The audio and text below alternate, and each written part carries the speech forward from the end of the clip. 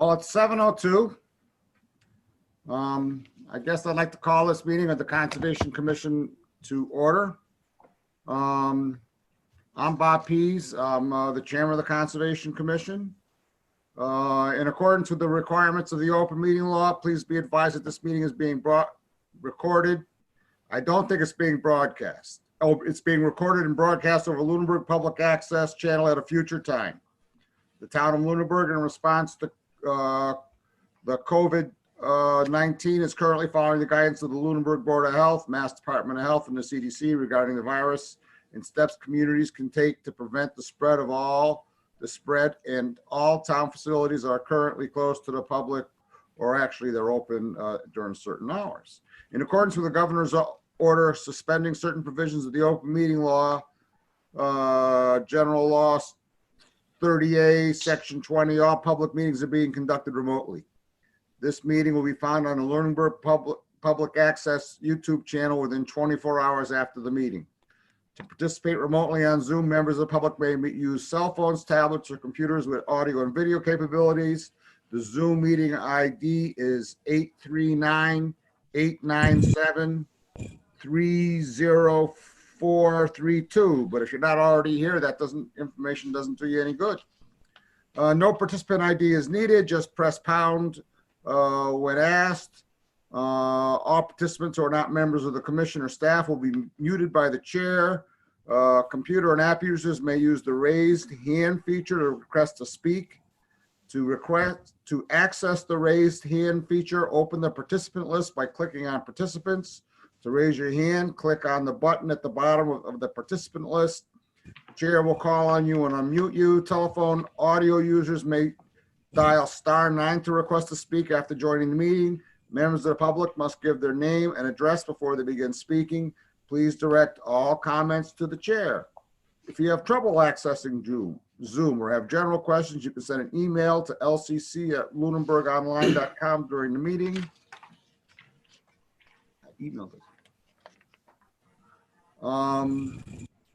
Emails containing questions or comments that are to be read aloud at the meeting must be signed with full name, address, and phone number. Please be aware that if you're using video, other people will be able to see you, and that anything that is being broadcast will be recorded.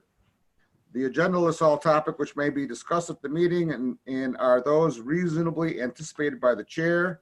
Votes may be taken as a result of these discussions. Not all items listed may in fact be discussed, and other items not listed may also be brought up for discussion to the extent permitted by the open meeting law.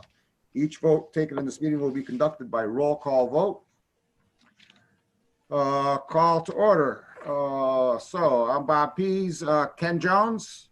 Present. Rich Birch? Present. Thank you, Rich. And where are we today?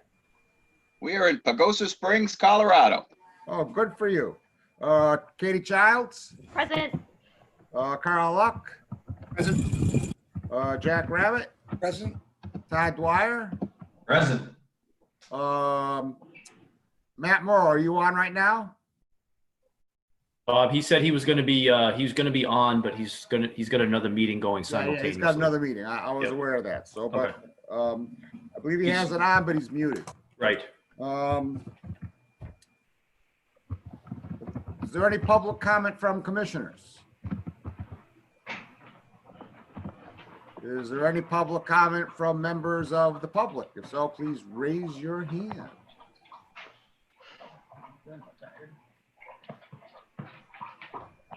Seeing none, we'll go right into our first appointment with Hickory Hills presentation. Let's find, I'm assuming that's going to be John Fortune.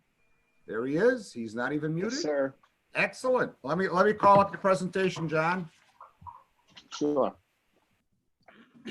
Hope I got the right one.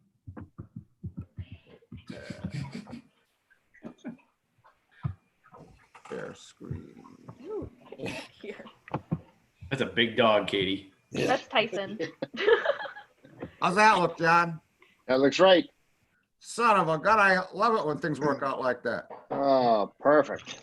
All righty. Yeah, I got to go back to one thing because I got to see my participant list. participant. No problem.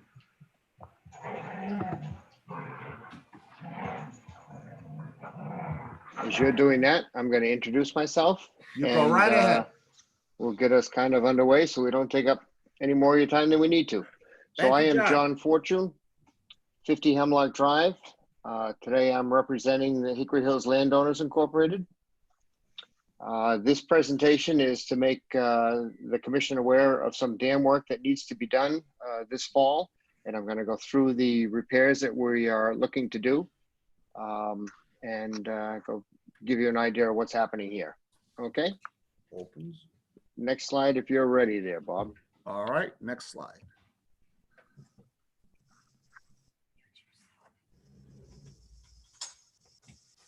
All right. How's that? Perfect. That looks perfect. Okay.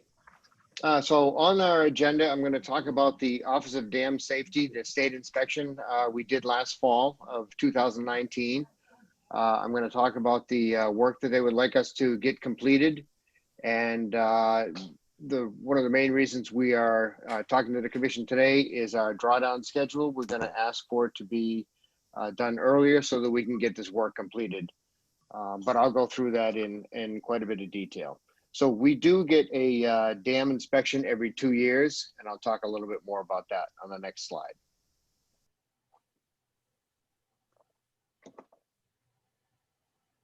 How's that? All right, this is like we've trained to do this, Bob. Yeah, but You're I'm doing not good. quite sure how I'm doing it. It's just dumb luck. You make it look easy. All right. So I think most of the commission is aware that Hickory Hills Lake Dam is considered a large dam, both in size and the amount of water that it holds back. And a requirement of a large dam in the state of Massachusetts is to go through a state inspection every 2 years. So our state inspection was done last fall after the overtopping project that we had. It was completed. And during that, repairs and cracks and spalling in the primary and auxiliary spillways were identified as things that needed to be repaired. All right. In addition, as we were going through and over the winter and sometime this spring, going through the dam committee also noticed that there were some holes in the downstream sluice, and those also need to be repaired. So that is the requirement of the state, and we'll go through the next few slides and kind of tell you what we're planning to do.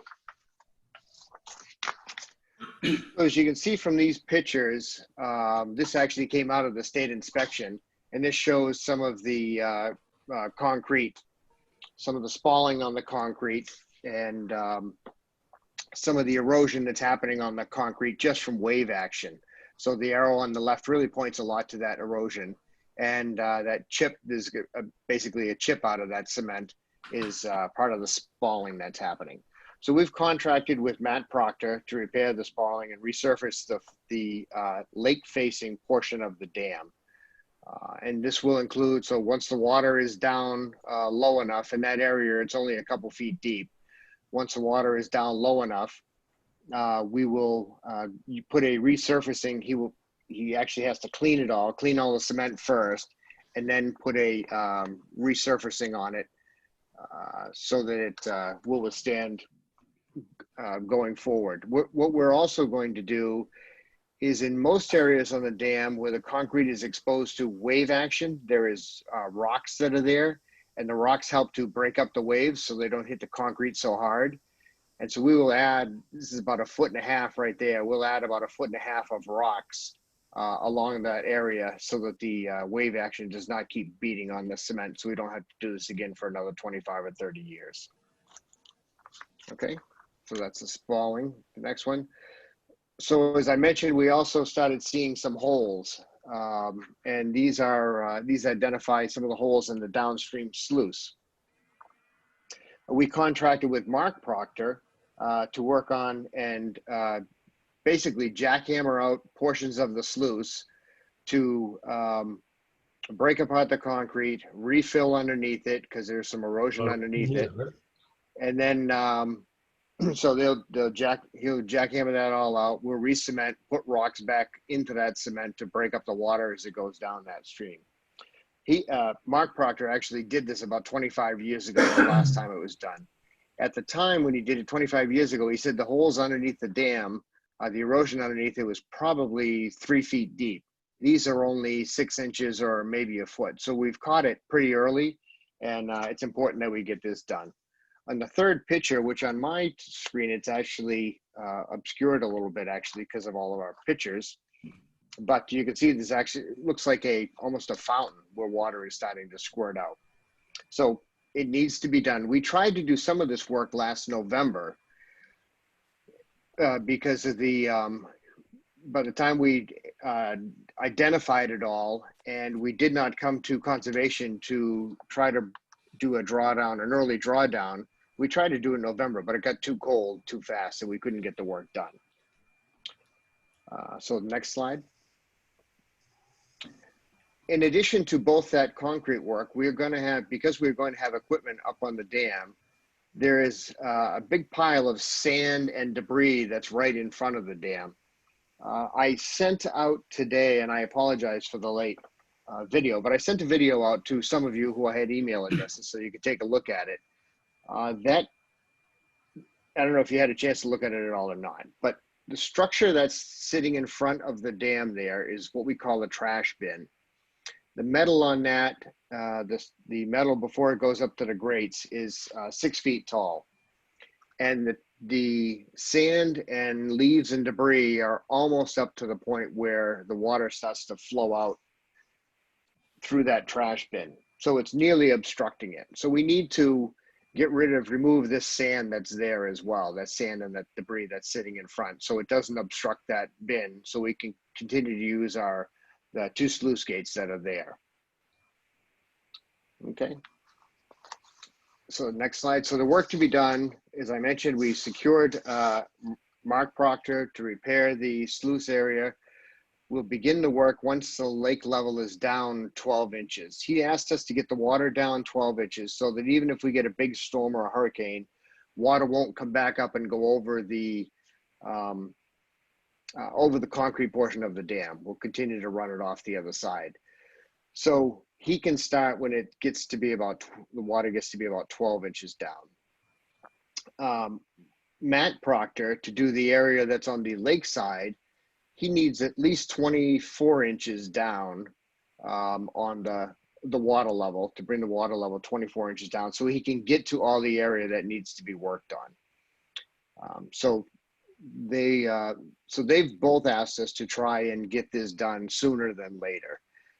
We are also in the middle of researching and have found actually a couple of long reach excavators to help remove sand either over the fence, or if we have to move it, to be able to reach down into that hole and grab it. And then volunteers from Hickory Hills landowners will also be on board to help provide some of the labor to get the rocks in place, both in the area where that spalling I talked about. We'll place rocks there, and on the sluice side, when we break up the concrete, set it back down, we'll need to put rocks there to, again, slow water down from going too fast and hitting the bridge abutment there. Okay, so the next slide. So the timeline. This is what we have proposed to the board, and actually the board has approved, the Hickory Hills Landowners Board has approved lowering the lake, removing the first border on September 10th. September 10th. And I can tell you right now, the first 2 layers of boards, the water is already below those. So removing them or not removing them today really doesn't make a difference. It doesn't change the lake level at all where we are today. So the 17th would be removed the second. On the 24th, we remove the third. There is about 3 inches of water. Right now, the lake level is about 3 inches over the concrete. And so we would, that last layer of boards would remove about 3 inches in the lake today. I think when I put these slides together, I had 4 inches or whatever. It's less than that now. And then on October 1st, we would start the siphons, and that would lower the lake about 2 inches a day. And we'll slow the siphons to steady state once we get down to the 4-foot drawdown as we've done in the past, which is 30 inches below the concrete or 4 feet above the top of the boards. Okay, so next slide. So tonight, the Hickory Hills Landowners Board and Dam Committee are asking the Lunenburg Conservation Commission to approve an early start of our drawdown. So starting on October 1st instead of November 1st, so that we can complete the concrete work on the dam and remove the sand in front of the dam before the fall winter frost starts to impede the work. So that's what our ask and request is tonight. Thank you, John. Is there any comments or questions from commissioners? Please raise your hand. Jack Rabbit. Hey, first of all, John, Mr. Chairman, thank you very much. John, good presentation. I guess I'm worried that if we get some significant rain events and that, starts building up in our, in the lake, are we going to get blown out again? And it seems like the work that needs to be done should probably happen as warm as you can get it. And where we're only really 3 inches above the base of the third board, I think that our local creatures have already done some of their adaptation, and I don't understand why we wouldn't at least pull that last board and buy us a little bit of a safety margin with regard to any kind of additional significant rainfalls. The watershed's pretty dry, but maybe this last couple of days have helped it. But I'm thinking that every time we've gotten close, we've run into something unusual. And wouldn't we take this opportunity to pull that on the board and maybe even start the siphons even a little bit earlier than that to give these guys a chance to get all the work done in case something should happen. And I'll be interested in your feedback on that train of thought. Even it's not rehearsed or anything. But, No, that's fine. That's fine. So we've gone back and forth with the board. There was actually significant discussion, I'm told, from Peter Colley, who is a representative on the board, about this. And there was some discussion about, well, could it be later? Could it be early? It really needs to be, certainly by October 1st. Earlier would be better, but earlier then takes away the opportunity for people to enjoy the lake and get in and out of some of the coves, which are a little shallower. So what this is kind of a compromise for between the people who want and are still using the lake, especially in a year we've had with all the things we've had going wrong this year. And in talking with both Mark and Matt, they feel if they can get started in the middle of October, that's early enough. I actually today went and took a look at weather stats. And so by mid-October, the lows tend to go down into the 30s, which is still okay for concrete to, become solidified. The big thing is if it gets too cold too early, which is what happened last year, on November 9th last year, we had a low of 15 degrees. So it can't be that late. So we feel, and the contractors feel, that if it can get done in October, that's early enough to allow the concrete to harden and everything before it gets frosty. So it's really kind of the October 1st is a compromise, and for all parties involved. Richard Birch. Yeah, I did have a quick question, kind of along the thinking of Jack Rabbit, trying to get the boards out as soon as possible and slow the rate of the drawdown. One of the big reasons that they've set the limit for the drawdown speed, so many inches per day, is to allow all of the critters and creatures that live in and around the lake to adapt and to move with the lake's decrease in water. So I certainly would rather see it, and I do understand that it might be a bit of a an issue for some of the residents, but we also want to take the environment into consideration as well. So I would certainly would like to hear a comment from John on why we couldn't just open the boards up now and start the siphons figuring out how much per day we had to drop it to make it less than the 2 inches, maybe closer to 1 inch a day. I think the long ridge allows 3 inches, but. Jack, please raise your hand if you want to talk. You're right. Okay. So yeah, I was going to answer the same thing, Jack. The state requirement is 3 inches a day, less than 3 inches a day. And so we've always been able to do that. Again, to allow the creatures, mollusks and everything to be able to move, to stay in the water. So we're not pulling them out too soon. You know, whether we take out the first layer of the layer of boards where the water is, you know, again, up 3 inches, you know, doing that sooner than later is certainly doable, I guess. But again, if we get it all done and down, the big thing is getting it down to 2 feet, and getting it down that 2 feet, we believe we can do it in 12 to 15 days. So that's kind of been our target. We have both Mark and Matt kind of set up for mid-October at this point. So that's in their work schedule. I don't know if they could do it any sooner than that. You know, we haven't talked about doing it any sooner than that. Richard Birch. Yeah, well, of course, the 3 inches per day is based on, I believe, a November 1st start date. And at that point, most all of the creatures in the environment are preparing for dormancy and for the winter. So to start them running in a month or two early at you know, a 2 inch drop, they might not be as able to sustain themselves through the winter time. So again, just my opinion, I would rather see it a much slower rate over a longer period of time if we're going to start it early. I mean, obviously, they presented more than enough information that the drawdown does need to be done earlier to allow for the safety issues of the dam to be rectified.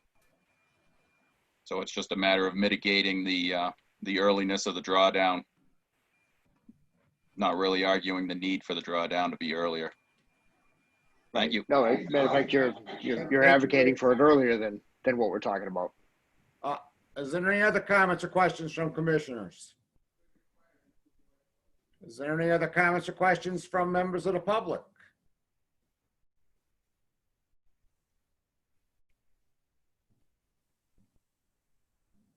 And I'm looking for a motion. I would make a motion, Mr. Chairman, that we approve the request for the earlier drawdown commencement and do it as slow as possible, starting as early as possible so that they can get their drawdown depths. Do I have a second? Do I have a second? I have second, Mr. Chairman. Discussion. Yeah, Mr. Chairman, Ken Jones. Ken, I guess I agree with that. I just, I'd like to, maybe if we could get a schedule back from Hickory Hills as far as, you know, what that's going to look like. And also, are they going to need to go back before their board to make sure that they, you know, the board approves of that? So yes, it would require a new board vote to change the schedule that we have now. any other discussion? Say something right now. My comment is that it appears as though they're not planning to draw it down, given that they want to gotta go 24 inches in 15 days. That's like 1 3/4 inches a day. That does not seem like an excessive rate to me, and I have no trouble with the original schedule as presented, but that's just my personal opinion. Paula Bertram. Thank you, Mr. Chairman. My concern would be the potential issues that will arise with the boat extractions. Currently, boats are extracted through the boat launch at 19 Island Road, which requires a significant amount of water in order for boats to be extracted. So moving up the drawdown will require earlier removal of boats and would certainly require a vote of the board. it will also involve vendors who currently have schedules in place for boat extractions, and trying to move it up. I'm concerned about the impact. Good point. Any further discussion? I do agree with Paula as far as there may be some issues with the residents that live in the houses around the lake, but we do need to consider the environment as well. I know that Hickory Hills does have a fairly extensive communication network around the lake. So to move up the removal of the docks and the boats and things like that by a week or two, I don't think should be an issue that would preclude them from starting to draw down a little earlier. I would just note that this is a little ironic. We're going in the opposite direction of the GEIR and all the pressure we've received from Fish and Wildlife on this in the past. Paula Bertram again. She's muted, Bob. I'm There you go. sorry, I forgot to lower my hand. Oh, that's all right. Katie? Nope, nobody else. Hearing no further discussion, roll call vote. Ken Jones, Aye. Rich Birch, Aye. Katie Childs, Aye. Kyle Luck, Aye. Jack Rabbit, Aye. Todd Dwyer, Aye. and I for myself. Thank you so much, John. On. All right, very good. So just to be clear, that I want to make sure I get my actions correct. Was the approval for the October 1st, or to bring back to the board something earlier than that and then come back to you guys with that? The wording of the motion was as soon as possible. Okay. Okay, I can work with that. Whatever that means. That's the exact wording of the motion, was as soon as possible. Okay. Very good, thank you. Next up, let's stop screen sharing.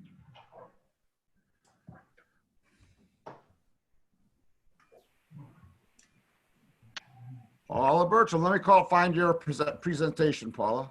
Great, thank you.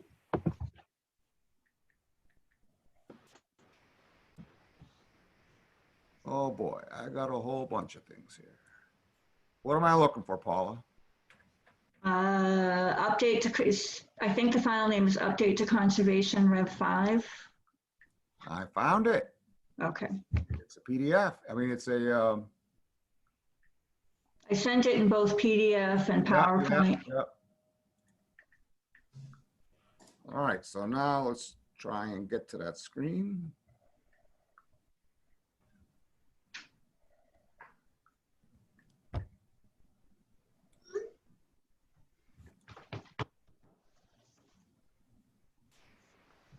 If you can, That's the.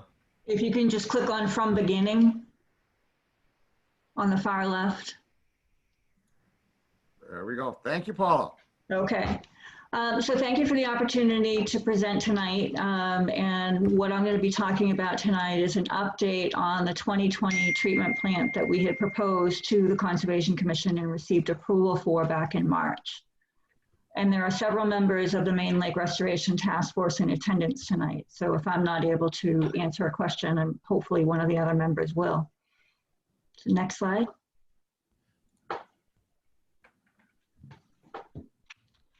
So back in March, the treatment plan that was approved was to address a number of problems that we're having on Hickory Hills, including fan wart. We had proposed the deployment of fluoridone on both Little Hickory and the main lake to address fan wart. We also have an infestation of American Lotus, and we had recommended the application of glyphosate. We were proposing the treatment with imazamox as a spot treatment on both Little Hickory and possibly the main lake to remove pond weeds, lilies, and water shield. Dicot was to be applied in about 20 acres on the main lake in high priority areas to address nuisance vegetation. And finally, we had proposed the application of an aluminum salt phosphorus binding agent in Little Hickory to prevent algae blooms. So that was the treatment plan that we had proposed back in March. Next slide. I'm trying. Okay. How's that? Thank you. So the fluoridone treatment for the main lake and both Little Hickory, the initial treatment started on April 28th and 29th, and the lake-wide dose was 10 parts per billion.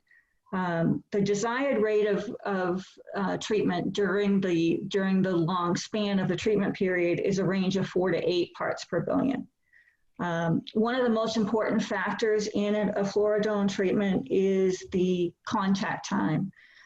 Both concentration and exposure time work together to provide the desired level of plant control. So we started the treatment early and for an extended period of time to achieve maximum results. And overall, the fluoridone treatment for fanwort is showing positive results. The tops of the fanwort are white, indicating the plants are dying. And this photo was taken earlier this year.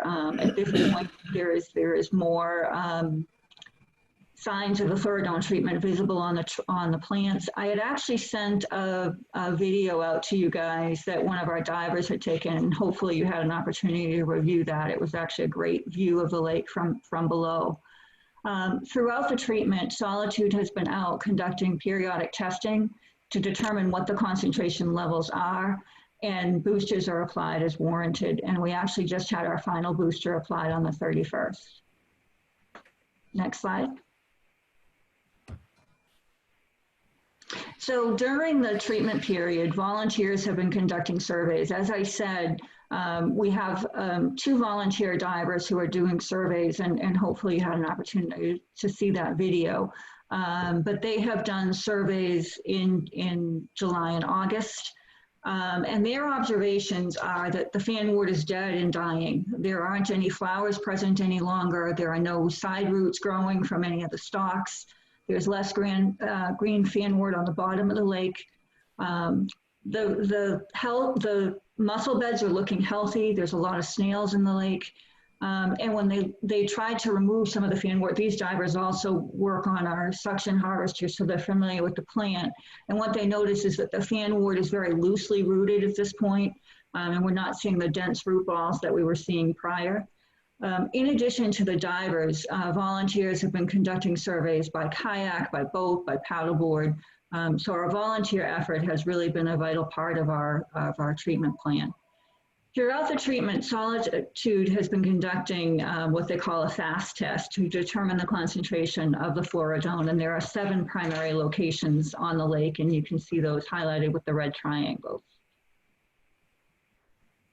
Next slide. So these are the results, and you can see that the first fast test done in May indicated that we were at a low dose in most areas. And the reasoning for that, we believe, is that we had a heavy rain just prior to, just after the treatment, and it actually raised the lake level by 12 inches. So we had a very low concentration after the first application. And as I said, the testing is desired to be at 4 to 8 parts per billion. In June, we had some questions. We were seeing some green fanwort in a particular location near the islands, and so we asked Solitude to do an additional test there, which is why you see an additional point back in June. And as I said, the final booster was applied on August 31st. Next slide. So as I mentioned earlier, one of the other things that we had proposed was the application of glyphosate to address the American Lotus infestation. At this point in time, we have not applied glyphosate. Instead, the leaves have been removed from the plants, and all flowers, seed pods, etc. And during drawdown, we hope to remove the exposed vegetation and the roots to control this plant. So we're attempting to remove it with a non-chemical means. And however, if we are not successful, it may be required in the future. But our hope is that we can eradicate this invasive using non-chemical means. Next slide. Diquat. So we had very positive results with the Floridone lake-wide, but what we also saw is, as I said, volunteers have been surveying the lake periodically, and the members of the Maine Lake Restoration Task Force did a survey of the lake and photograph various areas. And we weren't seeing the typical infestations of natives that we would normally see. And we were seeing that some of the plants had been affected by the Floridone treatment. So based on those findings and consulting with Carl Nielsen of ESS and Dominic Marangelo of Solitude, we determined that the planned treatment for diquat that we were going to do really wasn't necessary. So we did not do the diquat application. Next slide. The Little Hickory treatment, polyaluminum chloride was applied to Little Hickory in May. And you can see Dominic there in the boat applying the chemical. And the water clarity has been terrific in Little Hickory, and we have not experienced an algae bloom this year, which, as you may recall, in the last several years, we've experienced significant algae blooms on Little Hickory. And based on ESS's preliminary findings, most likely that is due to latent phosphorus in the soil. Next slide. So we have been seeing some algae on the lake. On the main lake in early June, we had some reports from people on the lake that were seeing a blue-green substance.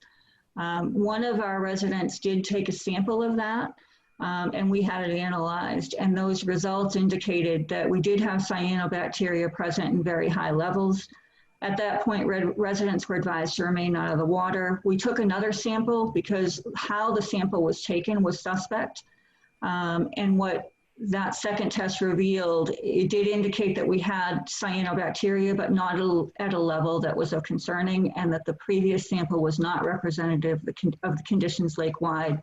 The first sample was actually taken from the scum layer in very shallow water, in less than a foot of water, and it was really just scum that was sent to the lab. So we did, as I said, we did another test, and that found that that was really not an accurate representation of conditions. Throughout the summer, if we've received a report of blue-green algae, we have gone out and investigated it, and those results have been sent to the commission. Hopefully you've all had a chance to look at them. As I said, initially we did put a ban on swimming. Residents were advised to remain out of the water. Once we got the results back, which was actually the following day, we lifted those restrictions. In addition, we put together some educational flyers about algae, what to do if you see algae, where to send an email, and some simple tests that can be done to determine what kind of algae that you're dealing with. What's shown in this picture is what's called a stick test, is to determine whether you're dealing with filamentous algae or something else. We also publicized information about what's called a jar test, and hopefully you got a chance to look at that. In the past, filamentous algae does appear on the lake, and actually last year we purchased some algae skimmers that are now available to residents to use to skim off filamentous algae if they would like. Next slide. So in accordance with our orders of conditions and our lake management plan and the requirements of the Conservation Commission, we are doing regular water quality testing. And actually today I sent an update. We just got the results today of our last round of testing, which was done on August 26th. Hickory Hills purchased the equipment necessary to test for dissolved oxygen conductivity, pH, and temperature. And we currently contract with Phoenix Environmental Labs to analyze other parameters. And for chlorophyll A and algae, we're utilizing 2 different labs. Next slide. During the summer months, water quality testing is conducted by the Board of Health. They regularly conduct tests at the 3 bathing beaches on Hickory Hills Lake. There have been a couple, actually 3 closures of the beaches because of elevated E. coli levels. That is not uncommon during the summer, and it hasn't changed significantly from previous years. And if you look at the testing results immediately following, the way the Board of Health does it is they do an initial test. If it's high, they come back and do another test to determine if that was, you know, if the closure needs to continue. And in all the cases, it has not had to continue. Elevated E. coli can occur for a number of reasons. It can come from immediately after a rainstorm that carries bacteria into the water. It obviously can come from human bacteria. But additionally, we do have some concerns on some of our volunteers about the geese population. The geese population on Hickory Hills is extremely high, and that's one of the things that ESS will be looking at in their long-term report. But as I said, beach closing this summer did not differ significantly from in the past. Next slide.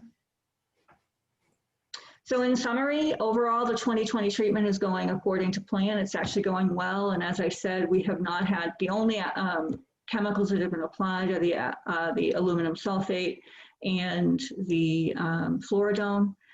Fluoridone has also had an impact on the nuisance vegetation, thereby negating the needs for the other herbicides. And I want to stress that the collaboration between Solitude and our volunteers has been vital to the success of the program. We actually have a Main Lake Restoration Task Force implementation team, and 3 of the members of that team are on tonight. And they have been meeting with Solitude regularly, talking with them about the results of surveys, making sure that we are testing in locations that are appropriate. If we have a question about a specific area, making sure they go to that area. So the collaboration between our vendors and our volunteers has really been a vital part of the program. ESS surveyed the lake in August, and they are a consultant, and they did some soil testing, some water testing, and did a point survey, and we are awaiting their 5-year recommendation, which we expect to receive in December. And that's all I have. Thank you, Paul. Any questions or comments from commissioners? Carl. Thank you, Mr. Chairman. Well done, Paula, and the whole team. That's, you know, really good information, good report. Just a couple areas, if you could comment on a little bit, if there's any more background. One is in the when you're monitoring for the actual levels of the fluoric. I noticed on that chart that I think it was in July, we were pushing the upper limits and a few points were going above. Primarily the Little Hickory went quite a bit above the target of 8, I think 14 or so. If you could comment on that. And then the other thing, the effect of the fluoridone on native plants. If you have information over when there would be a survey that would indicate how it was affecting the native plants, not just the ones who, you know, that are nuisance, but the other native plants. So the fluoridone testing in Little Hickory, I mean, I'm assuming that those rates were high because of it's a relatively small area. I want to point out that the target range of 4 to 8 is significantly under the allowed parts per billion. And actually our dose was significantly less than what we had initially proposed that was approved, which was 12 to 15. What was applied was 8 to 10. So we were significantly under what was approved and initially recommended at the start of the treatment. I can't really comment specifically on why it was at 14 on Little Hickory at that date, and I'll let John or Bobby or Joan perhaps add to that. As far as the survey, as I said, ESS did a survey in August, and we will be getting their full report, and we can compare that report to our 2018 report. And I think that will give us a pretty good indication of the change in native species when we compare those 2 reports. But I do want to point out that this year, the vegetation is going to be significantly different because, as I said, we saw that the native species were impacted by the floridone. I think next year will be a clearer indicator of where we stand with vegetation, because I don't expect us to see the same level of vegetation that we had in 2018, but I also don't think that the survey in August is going to truly be indicative of the vegetation moving forward. I don't know if that answered your question. No, yeah, I absolutely did. That was great. Sorry, I missed the survey in August, so we'll see what those results. But I think you're right. What's probably going to be more telling is how it looks next year. Because even if the native plants were effective, maybe they recover very quickly anyway. But one follow-up question I forgot to add. The dissolved oxygen. I'm not real familiar with the numbers, but at what point, it was interesting that dissolved oxygen didn't seem to vary much through the water column. It was 5-ish, throughout the column and very, very consistent. What area levels do fish start to become affected, or I just don't know what the trigger point is. I see the numbers and it's good. They seem a little bit low. Not as low as the deepest spot on Lake Shirley. I did go and look at that, and that they were like 4. But in the areas that are not that deep, they tended more towards 7. I'm going to let John. So I don't know. Okay, I'm going to let John Fortune answer that because he has more information about that than I do. John? Great. Sure. I'm sorry. I'm sitting here trying to figure out how to raise my hand, and I can't figure out how to do it. So a couple of comments. One of the things actually, when we talked to Dominic here this last Monday when he was here on the native vegetation, he said, don't be fooled by the native vegetation, the lack of seeing it this year, because all the roots and all that stuff are all there. So it will come back next year. He said it'll be somewhat affected, but it won't be what you're seeing this year. Mm-hmm. So, we should expect to see plenty of native vegetation back next year. For the dissolved oxygen, the reason that you do it in August, that's what ESS was telling us anyways, is that should be one of your worst months. And so, in some of the coves where there's no water flowing or anything, at 5.5, the dissolved oxygen being 5.5 or 6, somewhere in those range, I actually was pretty happy that it was that high. I think it's, and Matt or some of your other colleagues there might know better, but I think it starts to get real bad on fish when it gets to be down like around 2, 1 or 2 is when it starts to get to be a real problem. And I know 10 is saturated, right? Or 10 or 12 is saturated. So it's, it's kind of a steep curve, if you will. So honestly, I was happy to see 5.5, 5.5, 6 is those numbers, again in August. Good. Thank you, John. Rich Birch. I know back in March, at least myself, I had asked a couple questions about the non-target area below the dam. And I thought we had talked about performing at least one test spot down below the dam to see what the rates were. I didn't see any in the submitted documentation that you gave us, Paula. And if you don't have any of the numbers, have you done any visual reconnaissance down there to see if the fanwort or any other of the native plants have been affected? I can tell you that we haven't done any actual testing. I know it was discussed, but honestly, we weren't aware that it was part of our requirements, so we hadn't conducted that testing. However, I have done some visual surveys. I mean, I live right near the downstream, and it's actually one of my favorite places to walk. It's through the Cowdrey lot, and so I've observed it both from the dam and from the Cowdrey lot. And I will say, from a non-scientific eye, I don't see any significant impact to the downstream. I actually see a lot more vegetation, the normal amount of vegetation down there. I hadn't previously seen fanwort in that area, so I can't comment on the fanwort itself, but I can tell you that the lily pads, the grasses, the water shield are all thriving in the Cowdrey, in the Mulpus River from the dam point moving on. Thank you. John Fortune. I figured out how to raise my hand. We're proud of you, John. But Go off. the way I had my pictures were in the way. Richard, I know you asked that question in an email a month or so ago. I actually went back through and watched all the video of that conversation in March. It was actually 2 meetings. I did go through, and because I had felt I had missed something. And in fact, it was not asked for at those meetings. I don't know if there was any follow-up or other emails that you might have sent people, but I searched my emails and I did watch all the videos of those conservation meetings, and it was in fact not asked for. Todd did ask about what we were doing for downstream, and I think we had talked about at the time the lake.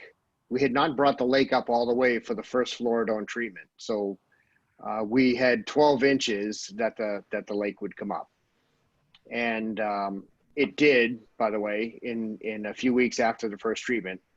But downstream, as Paula mentioned, and I went by there today and looked again, there are all kinds of lily pads, and nothing seems to have been affected like we have seen in the main lake.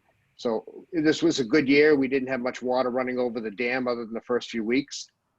So we were able to hold back, a lot of the water and basically a lot of the fluoridone in the lake. Any other questions or comments from commissioners? Any questions or comments from members of the public?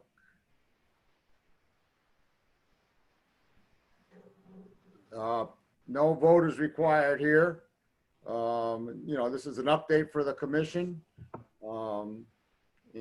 Thank you so much.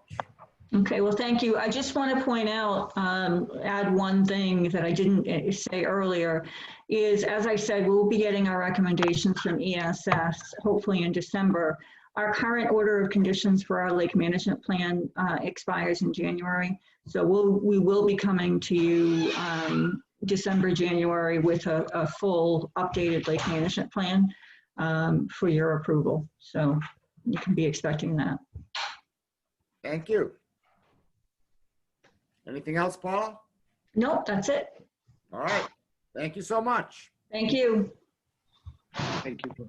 Well done. On to our next 2 public hearings, which are concurrent, which will both be continued.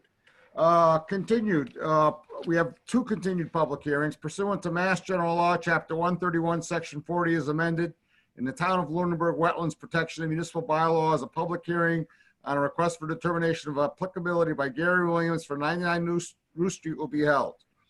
Work proposed is the restoration of vegetation, of removed vegetation. Also concurrently, a second public hearing under the same Mass General Law, Chapter 131, Section 40 is amended in the Town of Lunenburg Wetland Protection and Municipal Bylaws. A public hearing for the placement of stairs on the dock. At the request of the applicant, these hearings will be continued. I guess out of an abundance of caution, we'll do it in 2 separate motions. I'm looking for a motion to continue to a date certain, which would be September 16th, I believe. So moved. Thank you, Jack. Do we have a second? I thought I saw Carl's lips was a second. All right. Any discussion? Roll call vote. Ken Jones. Aye. Rich Birch. Aye. Katie Childs. Aye. Carl Luck. Aye. Jack Rabbit. Aye. Todd Dwyer. Aye. And an aye for myself. I'm also looking for a motion on the second public hearing to continue to September 16th.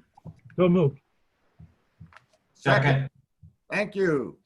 I did have a question, Mr. Chairman. Yes, sir. Go ahead. Is Oh, the and somebody dock has still their in? hand up too.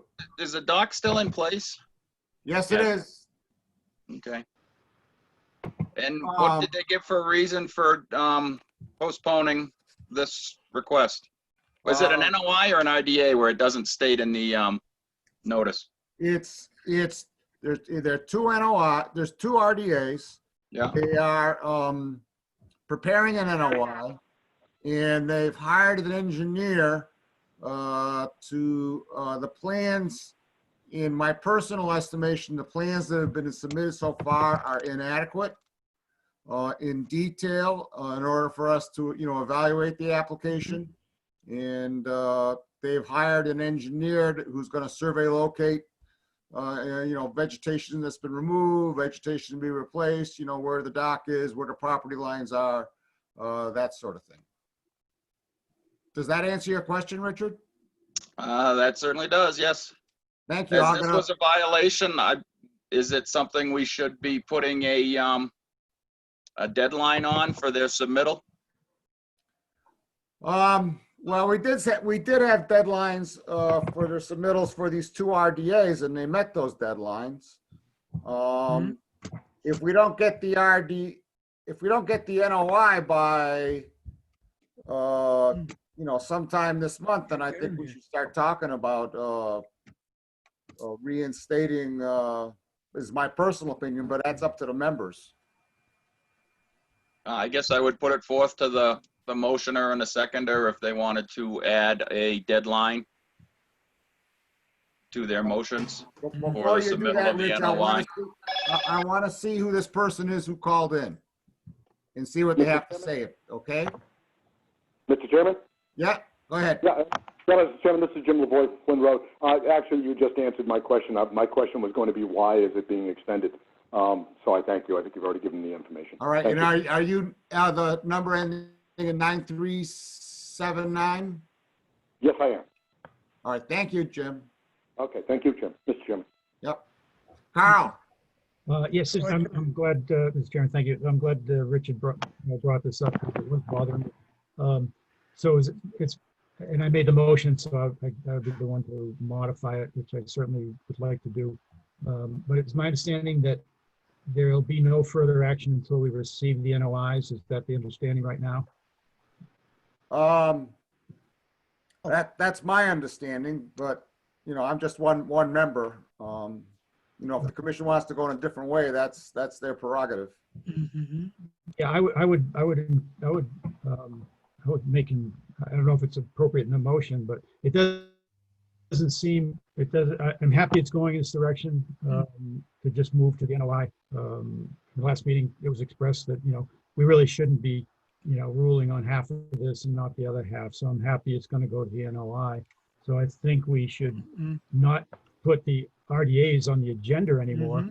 And that we should make part of this motion. I would like to make part of this motion that if we do not receive the NOIs in September, that additional action would be taken by the commission.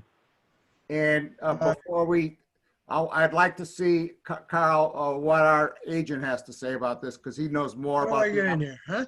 where the we are in the application process. Matt? Okay, so the last we left off, the notice of intent was being worked on.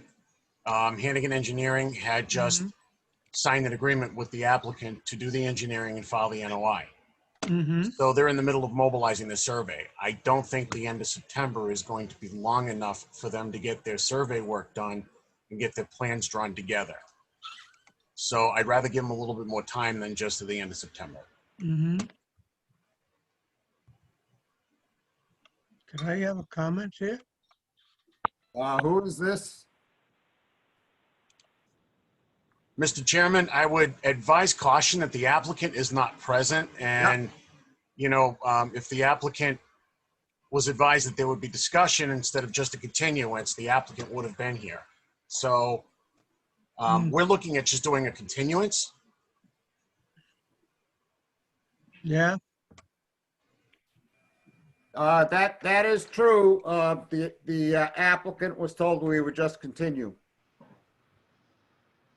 So that decision was made prior to anybody voting on a continuance? That's an excellent point, Ken. Mea culpa. Can I somehow get in here and make the comment? Who is this person that's speaking? This is John Tater from Flynn Road. Do I get to make a comment, Mr. Chairman? Well, John, we're in the middle of a motion, but I'll let you speak. I see some significant stalling tactics here, Mr. Chairman, and I got a lot of other things to say, but you guys go about your business, and we'll be in touch next meeting. Good night. Thank you so much. I'd appreciate that because there is no public hearing on this tonight. And there really should be, if we're just going to continue, there really should be no discussion as a matter of procedure. Unless I'm missing something here. So, Mr. Chairman, based on that and the commitment, right or wrong, doesn't matter, that was made to the applicant, I would continue my initial motion that we continue this until the next hearing and then make it clear to the applicant that we will be discussing the RDAs and the timing on the NOI at that time. So we'd expect a schedule of the NOI commitment on that date. Thank you. Is there any further discussion from members of the commission? Todd? Thank you, Mr. Chairman. I just, as a clarifying point, if we're going to get a new application for an NOI that's going to cover all the work on the site, do we even need to continue the hearings for the RDA? Or should we just give the RDA's positive determinations with the recognition that we're going to get an application NOI is going to be forthcoming? I'd like to hear from Matt about that. I have no idea what the right answer to that is. Matt? Well, there's been several discussions on that fact. And I believe at the last meeting, the applicant was willing to withdraw the RDAs to go directly into the NOIs. In fact, I would remind the commission, in going to what Mr. Tata had made for a comment, it was the applicant that actually volunteered to do the engineering and the NOI work instead of going the RDA route, because the applicant felt that the RDA wouldn't be sufficient to address any future maintenance conditions or perpetual maintenance conditions that the commission may want to put on an order of conditions. Because she had realized in reviewing our bylaws that we do have room to put in perpetual conditions. And I think that's what spurred the NOI. So, I mean, they're voluntarily doing an NOI, so they requested a continuance. I mean, the positive determination, you can if you want, but I just give it leave to withdraw and have them submit the NOI with the engineering and then consider everything in one neat package.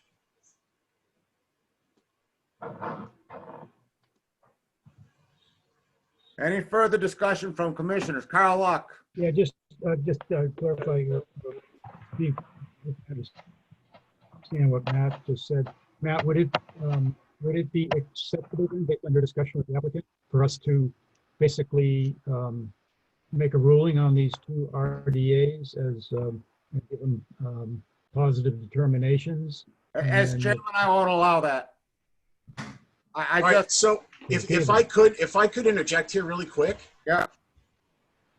To make it clean, the first RDA was allowed to withdraw. The second RDA, because they were going to do the NOI. The second RDA, we had been deliberating whether or not we were going to let it withdraw.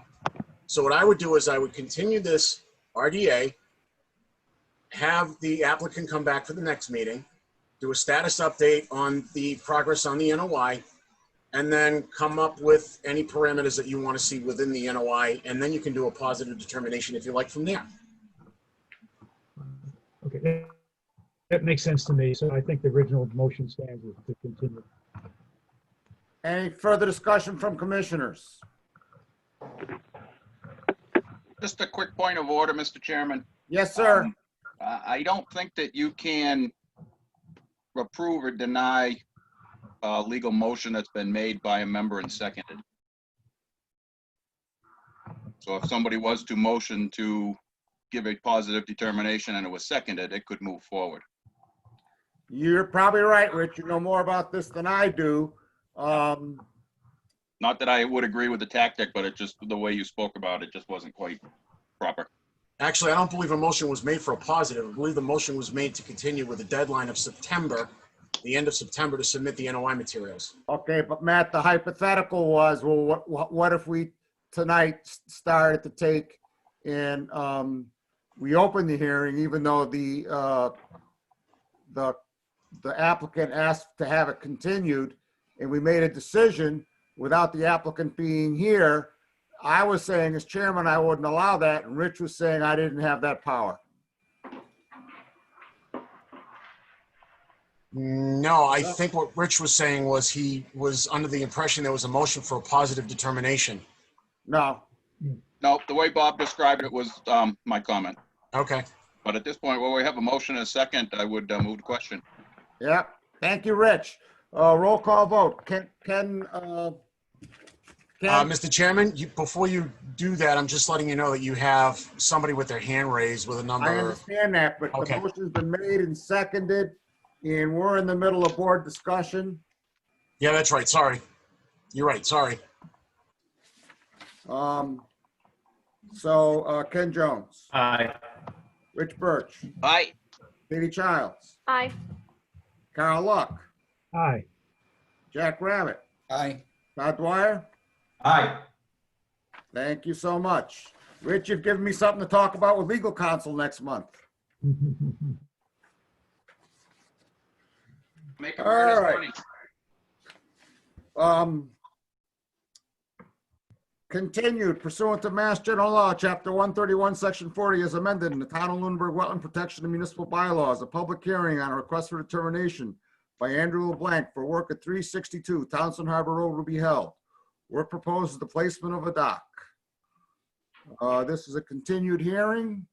The applicant works nights and can't attend, and we got something new in today.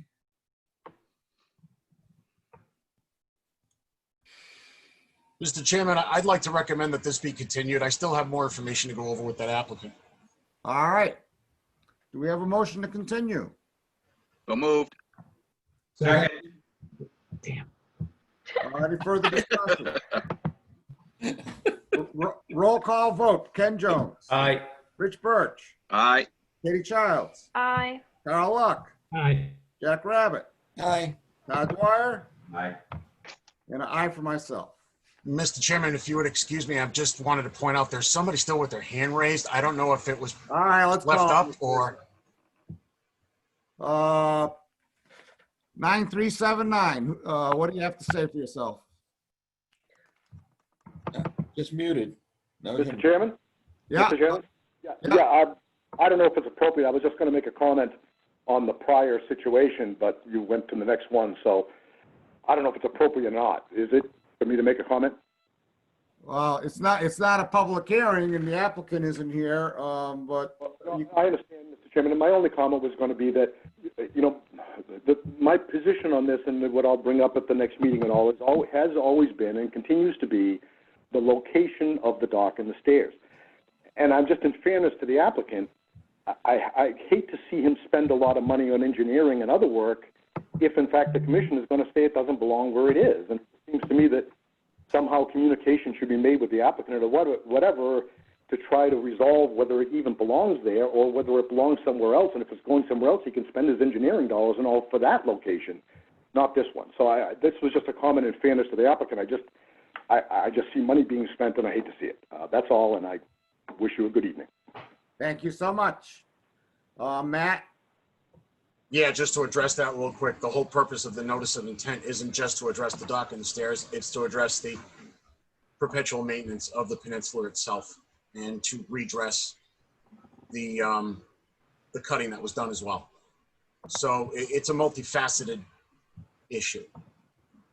In all honesty, I think the notice of intent was the proper way to go that the applicant wanted to do. I think it'll give the commission a lot more flexibility as far as what it is going to require. as body. All right. Mr. 9379, are you done? Yes, I am, Mr. Chairman. Thank you. I'm going to lower your hand. Thank you. Did we vote on continuing, Mr. LeBlanc? We did, didn't we? Yeah. Thank you so much. I'm glad someone's paying attention. Continued pursuant to Mass General Law, Chapter 131, Section 40 is amended. The Town of Lunenburg Wetland Protection and Municipal Bylaws, a public hearing on a notice of intent by Jamie and Merrill Blood for work at 1387 Mass Ave will be held. Work proposes for the construction of a deck, dock, and detached garage. I believe there's, who is here for that application? Yep, I'm here. Ah, Brandon Ducharme. Yes. All right, Brandon. All right, how are you? Good evening. Brandon Ducharme with Dave D. Ross Associates. The applicants, Jamie Merrill Blood, Kyle Blood, are also joining us. We thank you for your comments last time, and we've gone ahead, we revised the plan, and I can quickly kind of just outline what the changes are. I'd say a bulk of the discussion was regarding the location of the pool, and specifically the fact that a portion of the decking around the pool encroached within the 50-foot wetland offset. I met with the applicants kind of in between these meetings, and we've done a couple things. We've revised the size and the shape of the pool. We've gone with more of a kidney-style pool. It's reduced the overall size, and we've also reduced the size of the patio that's around the pool. We're able to kind of minimize the patio around the wetland side and kind of tuck it up a little bit closer to the house and a little bit closer towards the garage. And we did this also in a way that preserved, one of the concerns was there's a 24-inch maple tree that's just adjacent to the house, which you can see there on the plan now. So we're able to kind of work around that to be able to save that tree. And the location of the pool now, we're able to get it entirely outside of that 50-foot offset. The closest point that the patio is to the wetland is about 58 feet from the wetland. The other concern was raised was during the site visit, there was some debris, some landscape materials. It looked like some of the topsoil was kind of piled up towards the north side of the property and some woody debris there. So we've added to the plan, we've identified the location of that, as well as just put some notes in there that debris will be removed and obviously raked, loamed, and seeded with a conservation wildlife mix. So at this point, hopefully this new proposal addresses a lot of the concerns that were raised at the last meeting, but we open it up to comment. Any comments or questions from commissioners? Jack Rabbit. Mr. Chairman, thank you. Hey, Brandon, last time we spoke, we also talked about the question of discharge, the pool actually discharging. And I did get a chance to go look at some DCR regulations. And if I could read them to you, regulations and best practices. Never drain a pool or hot tub water directly into a body of water, lake, stream, or wetland. The best option is to discharge the chlorinated water over a landscape where the following provisions are met. You got to shut off the chlorination a few days before. Jack, yeah. Before you read all those regulations, can we find out what kind of pool he has and what kind of discharge? Yeah, no matter what, there's still regulations, Bob, with regard to the pH levels and essentially how you discharge the water. And the question we had posed to Brandon was, okay, how is that water going to leave the pool area? Where is it going to go? How is it going to be contained? So let's hear his answer. Yeah, let's hear it. I'm there. Brandon. Yeah, so I think we discussed it briefly at the last meeting. There's that recharge trench that's wrapped around the proposed driveway for the garage.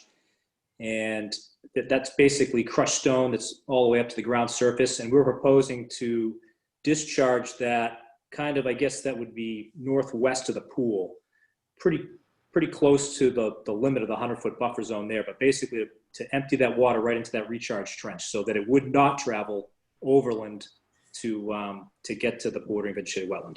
Right, Brandon, your diagram doesn't reflect any piping or anything like that that would go along with that? I mean, typically that would be, it's a rollout hose that would kind of go over there. Or what, a rollout hose? Hard pipes. Once they did it.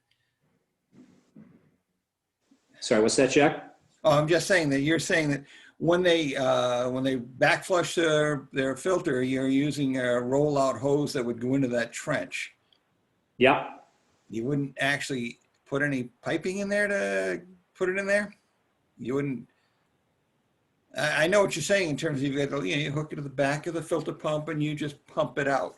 But I don't know if whether the next residents will know that and do that. So either we amend some sort of order of conditions to reflect that, or we hard pipe it in or something like that. Because right now I'm leery that the path of least resistance might occur.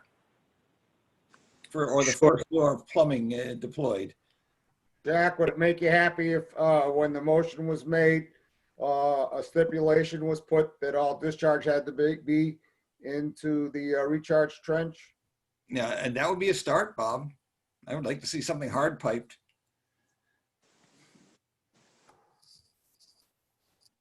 Any other? Matt Merle. What about the use of a cartridge filter system? Brandon? Yeah, I mean, that's certainly something we can look into. Yeah. Well, I mean, through the chair, the thing with a cartridge filter, and I've worked with them extensively, you can pop the cartridge filter out. You can take it out of the buffer zone, clean it off, put it back in. And the price of the filter units are about the same as a standard backwash system. And I can see where Jack is going with the backwash. Usually the remedy to that, and a lot of conservation commissions have advocated for that, would be a cartridge filter system. Would Yeah. Would it be? That's something that, yeah, we could definitely do that, is make that a condition of the approval. Yeah. Jack, does that can conclude your question? No, Mr. Chairman, thank you. Pools are generally, once a year drained, just because of water quality, and with hot tubs every 6 months. There's a question of the acidity. There's a question of, is algae grown in that over the winter months? How is that dispersed?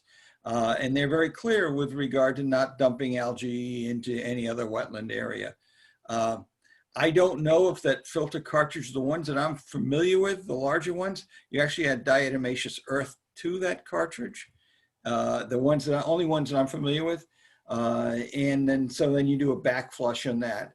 And I think that clearly, I love the fact that you got it into the recharge trench, but I'm just not confident that'll always go there. Thank you, Jack. Carl. Yeah, thank you, Mr. Chairman. I guess along that line, would the applicant be willing to add hard plumbing, drainage plumbing from the filter assembly to the trench? I think that would be a good, hard solution. Yeah, I'm certainly not a pool guy, but if that's something that can be done where we can hard pipe that over there and make that work, then absolutely, that's something that we can do. Thank you. If I may, Mr. Chair, that actually should be doable, Brandon. Yeah. Thanks, Matt. Jack? I'd be totally happy with a pipe. Moving it over. Thank you, Bob. Oh, I got to take my hand down. Excuse me. Sorry. That's all right. Any other comments or questions from commissioners? Any comments or questions from members of the public? Then I guess I'm looking for a motion to approve this NOI with the condition that it be a cartridge filter and that the drainage be hard piped to the discharge trench. So moved. Do we have a second? Second. Mr. Chairman? For discussion, Ken. Yes, discussion. I guess if I don't know anything about pools. I've never had a pool, but I don't see the need to put a stipulation they need to have a cartridge filter and the hard piping to the discharge trench. I think that one or the other would suffice. I think we're putting a lot of limitations on this. And I don't know anything about pools either, Ken, which is why I'm actually a little troubled by this whole line of thing, because we don't have any expert testimony. You know, we have a member who knows something about it, but you know, we have our agent. But Matt. Okay, so addressing the issue as far as algae goes, most pools don't discharge algae-laced water. What usually winds up happening is the water winds up being chemically treated. Algae is readily removed. Having my own pool, where I've had algae outbreaks, I've done the same thing. For example, this spring, when I opened my pool was a very dark shade of green from algae that had grown over the winter. Added the appropriate chemicals, no backwash, and within 3 days, the pool was clear.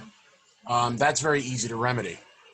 As far as any discharges going in from chlorine, I believe the language that was used was direct discharge into a wetland, which, yeah, you don't want to be doing that, but this would be an overland discharge. I think as long as the overland discharge, regardless of whether it be a hose or a pipe, went into the trench and then discharged overland, by the time it hit the wetland, those issues would be dissipated because of the filtering action of the vegetation in between. And with the amount of chlorine, residual chlorine that's usually left in a swimming pool based on sunlight, that's usually winds up being mitigated rather easily. And I tell you, this is 30 years experience as a chemist.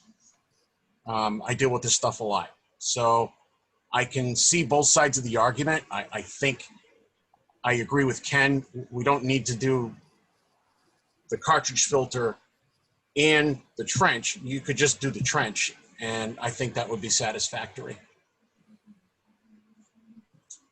Carl Luck. Mr. Chairman, I'd like to modify the motion to eliminate the requirement for the cartridge filter, and that there be a hard plumbed line from the pool to the drainage trench that would be used for either backflushing and or draining of the pool. Thank you. Will the seconder accept that amendment? Yes, it would, Mr. Chairman. It's actually the recommended methodology. You don't need to do both, and the trench would certainly meet all those requirements. Thank you. I would accept. Now, Todd Dwyer. Todd, I personally can't hear you. Based on a quick Google search on pool maintenance, yep, they don't recommend pumping out your pool through the filter. They recommend using a separate submersible pump to pump it to wherever you're going to pump it to. So I think requiring a hard piping to the drainage trench is I won't support that. I won't support that motion. I will support any discharge from the pool on the property be directed via a hose or some method to the trench. But I don't think we should get into requiring plumbing from the filter to the trench. Thank you, Todd. Rich Birch. As it looks like we may be again amending the motion, I don't happen to see any schedule or time frame on cleaning up and remediating the 2 areas that we had asked about and are on the updated plan. Good point. Jack Rabbit. Yeah, Mr. Chairman, just to respond to Todd. Todd, we always had a diverter valve on our filtration system that captured the pump and dumped it into basically a cistern. clearly you can't discharge near that area, and we're just trying to protect against that material or that higher level pH or whatever. Remember, using other chemicals besides just chlorine as well, using bromine, using all sorts of clarifiers, you're using muric acids, and all of those have to be handled in one shape, form, or another.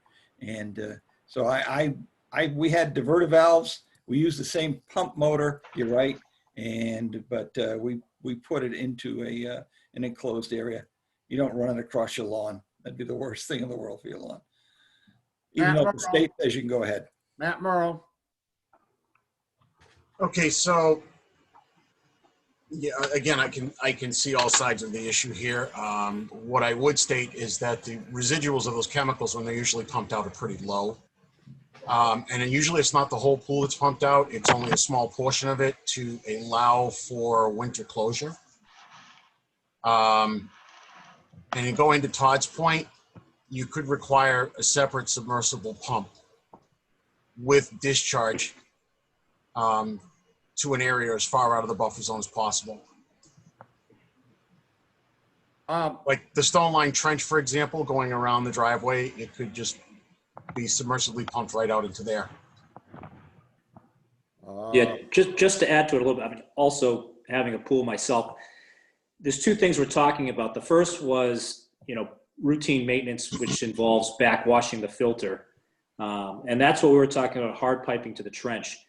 The other thing from the Google search where you put a submersible pump in there, as Matt just said, I mean, that's typically done at the end of the season where, you're getting ready to close the pool and you pump, a few feet down just to account for, all the precipitation over the winter so that the pool doesn't overtop. So, and again, we can have a condition when, at the end of season, when that pool gets pumped down with a submersible, that it also be directed into that recharge trench.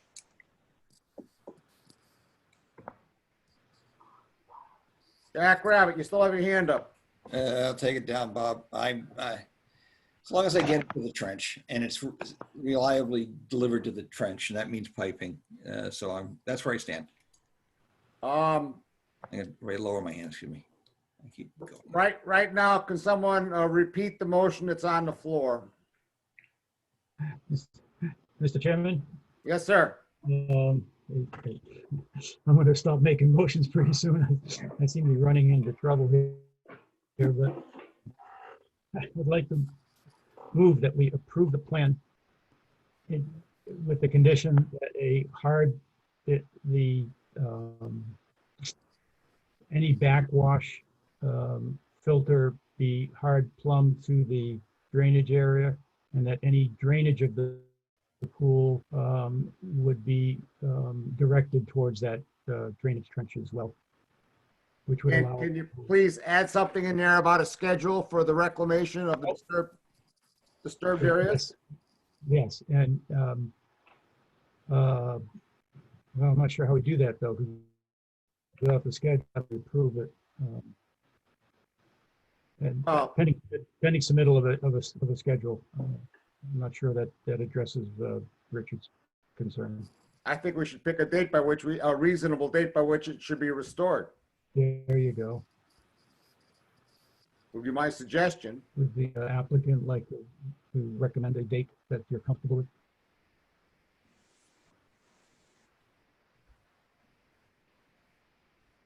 Brandon and Jamie?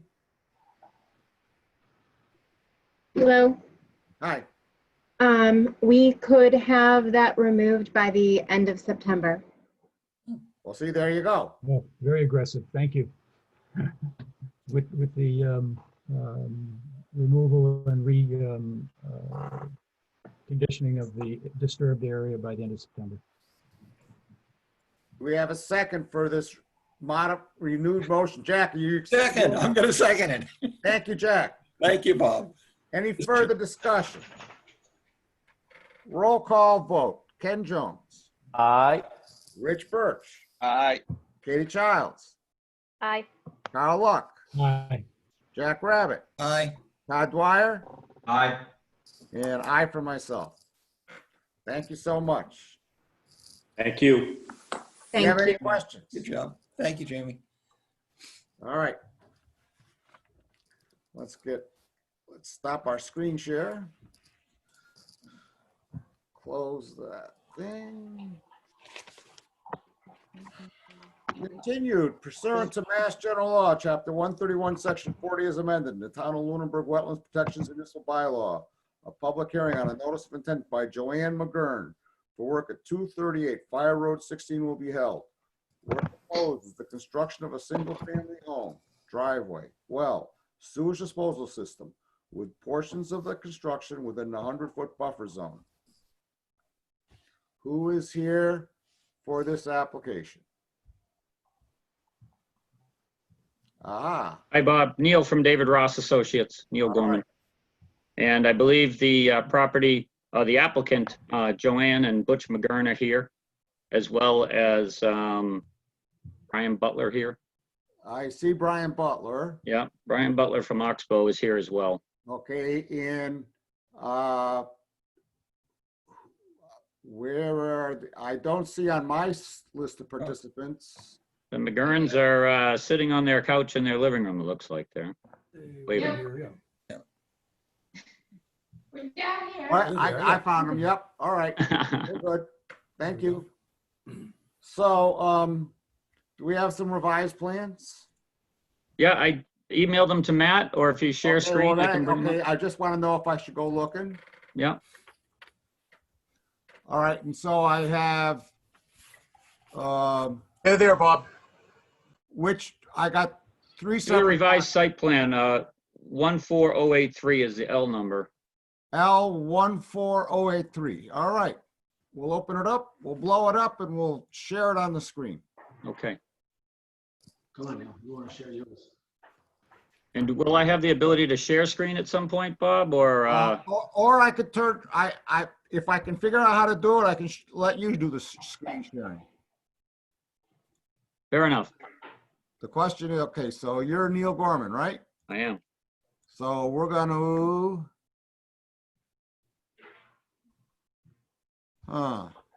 It's under security, I think. because it doesn't let me, if I click on your name under more, it does not allow me to share screen. I think it's under your security. It allows participant to share screen. Okay.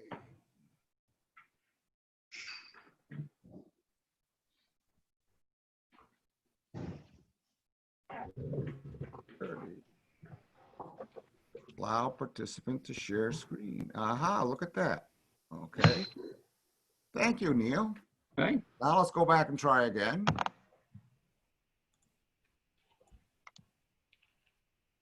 Here we go.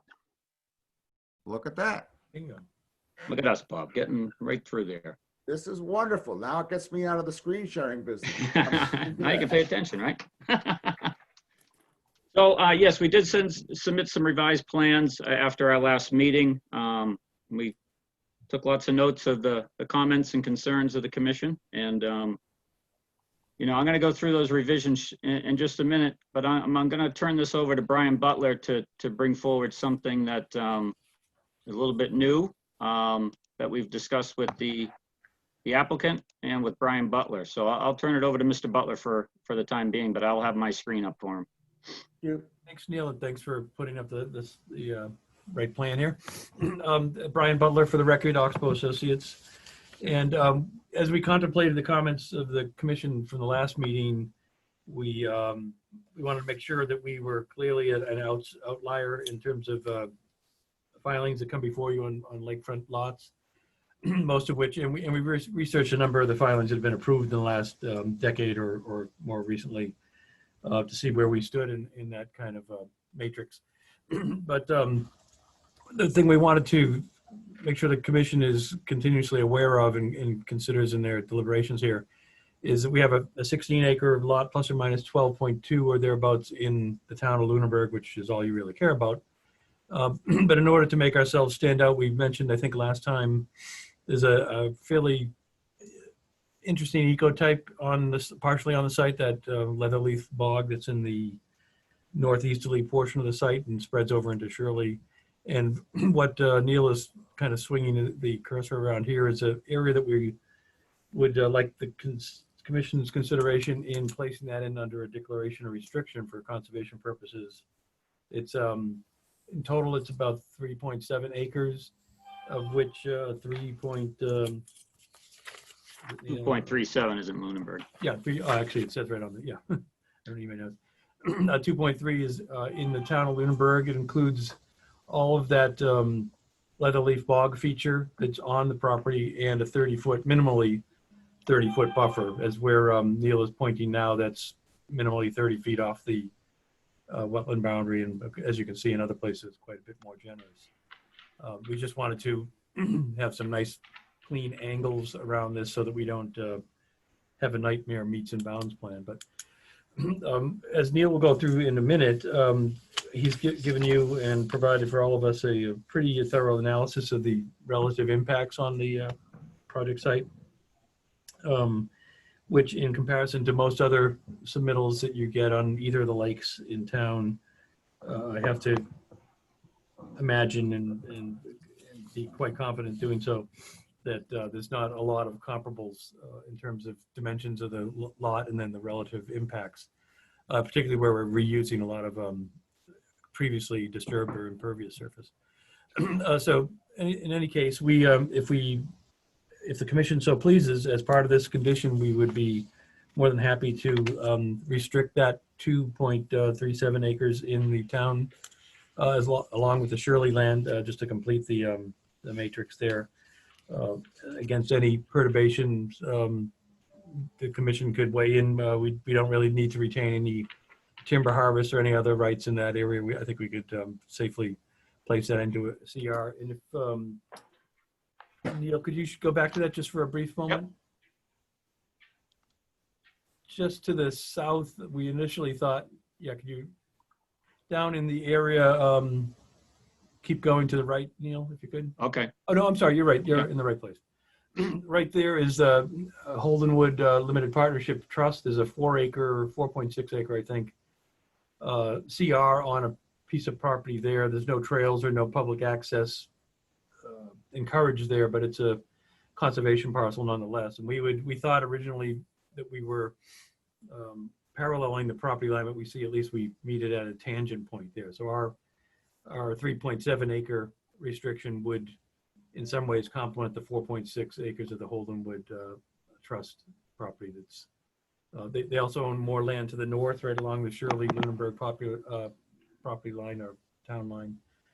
But you know, we think it's value added to our gesture here that we at least are tangential to this upland conservation parcel here. So anyway, we hope that's one of the aspects that'll make us stand out in the minds of the commission members in terms of the relative impacts. And again, Neil could go through the statistics, but of the 5 acres of buffer zone, 5 or more acres of buffer zone, we're impacting only a small fraction of that. And I think that's very atypical when you get lakefront lots, whether they're redevelopment, which in some respects this is because of the concrete out there. We had a discussion on our team earlier that, you know, to the ecoscape, whether it's an asphalt roof or a concrete cement slab that was for trailers and landscaping and so forth, there's really no differential in terms of what it does to the water dispersion on a site. An asphalt roof takes the water and concentrates it to the edges, and a concrete slab takes the rainwater and concentrates it to the edges as well. So we hope you'll look at these differentials between this property and this proposal and the majority of the lakefronts you get. And with that, I'll ask Neil, unless the commission has wants any clarification or anything I've said, I'll ask Neil to run through his analysis, the kind of tabular analysis he prepared. Todd Dwyer. Thank you, Mr. Chairman. Just on that proposed restriction on the 3.7 acres with 2.37 in Lunenburg, how much of that land is already wetlands? Proportionally, well, I have a figure of it here. I would estimate 15 to 20% of it, probably. It's really just the arc of that bog. Here. Yeah. The rest of this is upland all the way down to the Holdenwood Limited Partnership. I could probably calculate that while Neil's talking. I can do it on GIS and calculate that for you. Thank you. Any other questions from commissioners before Neil continues? Go ahead, Neil. Okay, so during the last meeting, we heard the concerns of, one was the amount of pavement on the project for the driveway, because it is such a long driveway. So we went back and looked at that, and we had proposed more of a standard width of a 12-foot wide driveway with 2-foot wide shoulders on either side. And after talking to the applicant, we reduced that from 12 feet to 10 feet wide of pavement, which over the 900-foot stretch from Fire Road 16 out to the proposed house site equals about a 13% reduction in pavement. And then the other concerns were more about where the house is located within a 50-foot offset of the wetlands. We had one corner of the proposed covered deck that was extending into the 50-foot buffer zone. And the applicant went back and looked at the house plans and came up with some modifications that would help us get the entire house and all the roof outside of the 50-foot buffer zone. And what they did was they cut off a couple of feet in the single bay garage here and also did a little 45-degree angle off of this side, which is Butch McGurn, the applicant, is a contractor and understands that can be done fairly easily, modifying the house plans. So, we've revised the house, footprint and relocated so that it meets 50-foot offset from the lake on both sides, as well as the BVW to the southwest and the isolated wetland to the south. And we also wanted to address the information that Jack Rabbit, or questions that Jack Rabbit had brought up regarding, we had just one crossing here in the flood zone area, the floodplain area. And Jack had talked about, could a second culvert be added within that crossing area? And so we've added a second culvert, a 16-inch culvert here around between the 304 and 305 proposed grading elevation. So we also went out prior to, I think it was last Friday. So before Saturday, we let Matt know that we were going to flag the trees that we sought to remove within this proposed house location. I'm not sure if any of the members had a chance to go out there on their typical Saturday walks, because I know it rained on Saturday, but we did hang some ribbons out there for those that had an opportunity to go see. And it was also mentioned that the commission would like to see the disturbances quantified.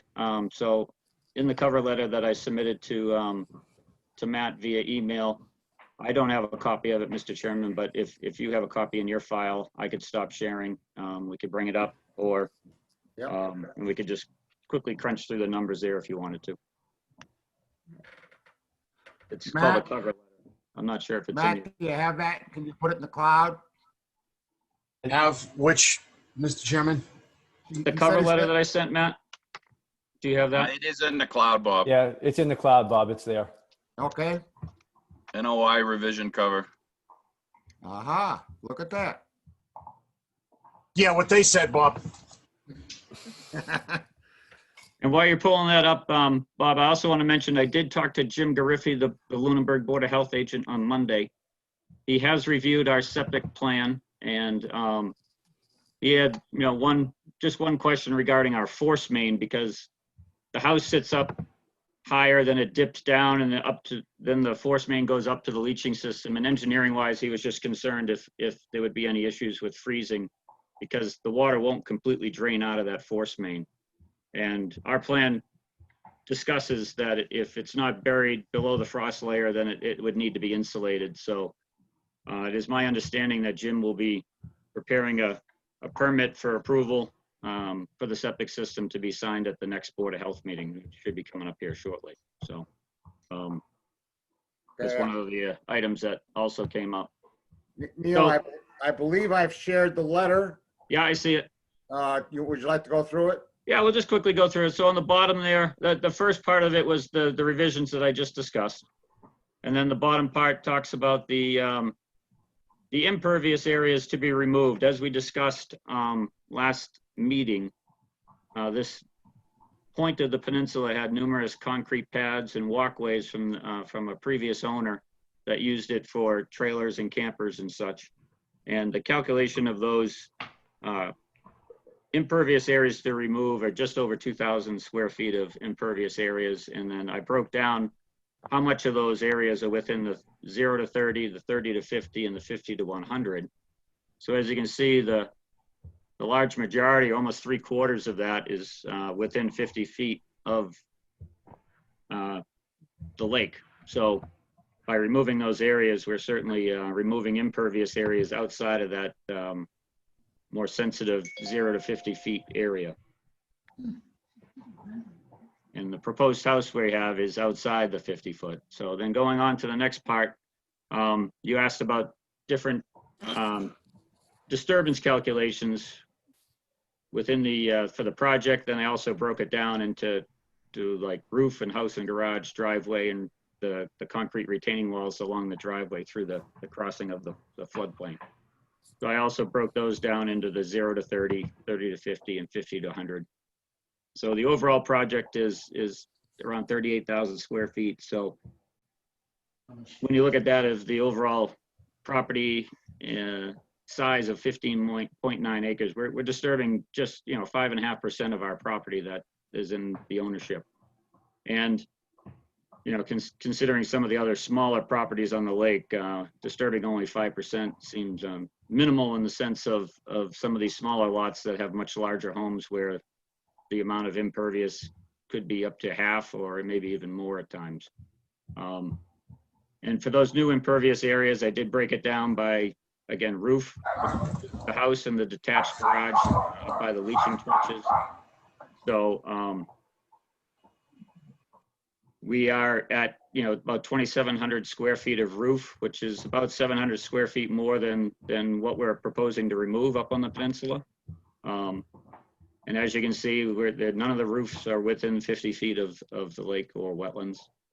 The driveway, as we just discussed, by narrowing it to 10 feet over the 900-foot stretch from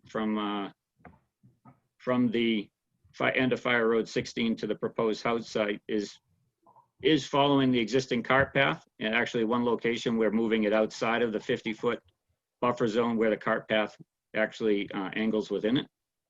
And we are proposing to replicate that area with new plantings so that the 50-foot buffer zone will be restored where the existing cart path is at that location. It's the corner right in front of the proposed detached garage. And as we mentioned last week, we have a unique situation. I know we're building a 900-foot driveway, but it's following the existing cart path.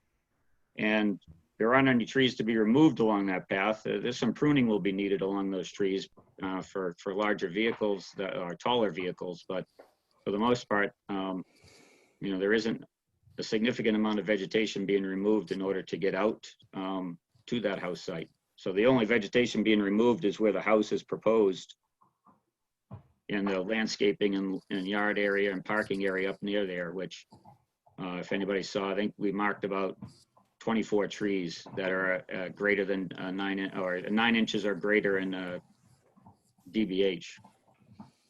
And I provided a inventory of that in the original notice of intent. The retaining walls, again, are designed in necessity for the fill that we need to cross through the floodplain. And that's just the calculation of those. And of course, we do have work within the 0 to 30 because we are going through that buffer zone pretty closely. And we're trying to minimize the impact to that area by retaining it rather than breaking out and creating side slopes at a comfortable slope of 2 or 3 to 1, which would obviously impact more square footage of the resource area. And then we had mentioned in the last plan, the original plan, and is still on this plan, of doing some new plantings. Obviously, we're going to do some landscaping around the house, but we're also going to allow the impervious areas that we're removing out at the point to be revegetated. And so those calculations include those revegetated areas. So as you can see, between the 0 to 30 and the 30 to 50, again, the majority of the plantings are taking place in that buffer, those two buffer zones. And there's a little bit outside the 50 to 100 for some vegetation when we have to access a area where we're creating the compensatory storage. So we're proposing to do some replantings there. So I hope those satisfy the request of the commission as to how to quantify the project and the buffer zone impacts, as well as the mitigation. So again, I know it looks like a lot when you zero in on the peninsula and where the house is proposed, but the offsets that the applicant has offered, including what was offered tonight with the conservation restriction land. We hope the commission sees that, the applicant's put his best foot forward to hear what the commission had to say and address those issues and do his best to minimize the impact to the site. Again, with the 16-acre piece, more or less, we're disturbing less than an acre of land, and not, of that acre, a good chunk of it is where the existing driveway already, the path already exists, and we're just creating a more defined driveway in that location. So with that, unless Mr. Butler has something more to add to that from our team, we'll turn it back to you, Mr. Chairman. Anything more, Mr. Butler? Sorry, I had to unmute. Yes, just very briefly, Mr. Chairman, and for Mr. Dwyer's benefit, I just did a quick measurement. It's actually about 29% wetland of that parcel, and our main objective there was to preserve that and a buffer around it, as well as some meaningful upland. And Neil could probably refine that a little more precisely than I can with the GIS here. And the other matter is the bog habitat there. We only control a small portion of it, proportionally. Most of it's in Shirley, but that's the most significant habitat feature on this property, particularly potentially for blanding turtle, spotted turtle, and some other uncommon wildlife species. So that's why we focused our effort there. And again, just listening to Neil's dissertation there, 5% of the property and I think we're a net of 700 square feet of additional impervious for the development seems like a pretty light touch development, lakeside development in comparison to your typical requests. And we hope you'll keep that in mind. Thank you. Rich Birch had a question. Well, the first question, do we have a copy of the proposed area that Brian was just talking about to be set aside? We had not. It was something that we kind of discussed today, and we pulled that together. It was just conceptual at this point, but I can certainly forward a copy to Matt. Okay, something to review. Yeah, and to put in the file as well. But yeah, it was something that during our meeting with our applicant today, he wanted to make sure we had something visually to show, not just to say we'd like to, preserve a piece of land. I had time to actually draw something up. All right, second question I had, Neil. You're stating 6,500 square feet of disturbance in the no disturbance zone, of which 1,690 feet is driveway impervious surface, 551 feet is retaining wall, 1,032 square feet is proposed putting plans back that you've taken out. That doesn't come up to 6,500 feet. What is the other balance in the no disturbance zone? What's happening to that? Well, we're also removing, if you go to sheet 1 there. 432 square feet. From the 0 to 30. Okay, yeah, and the 1282. Well, 1282. No, I'm only talking at this point. The no disturb. 0 to 30, which is okay. The bylaw no disturbance zone. Right. So I'm only coming up with work that you've described as about what are we looking at here? 3,000 square feet. What's happening to the other 3,500 square feet of disturbance in the no disturbance zone? I don't, we could certainly find some other areas that we could evaluate to be improved. Again, I think what Rich is asking is what is happening to it, Neil? We're I saying mean, you're disturbing 6,500 square feet. Yeah.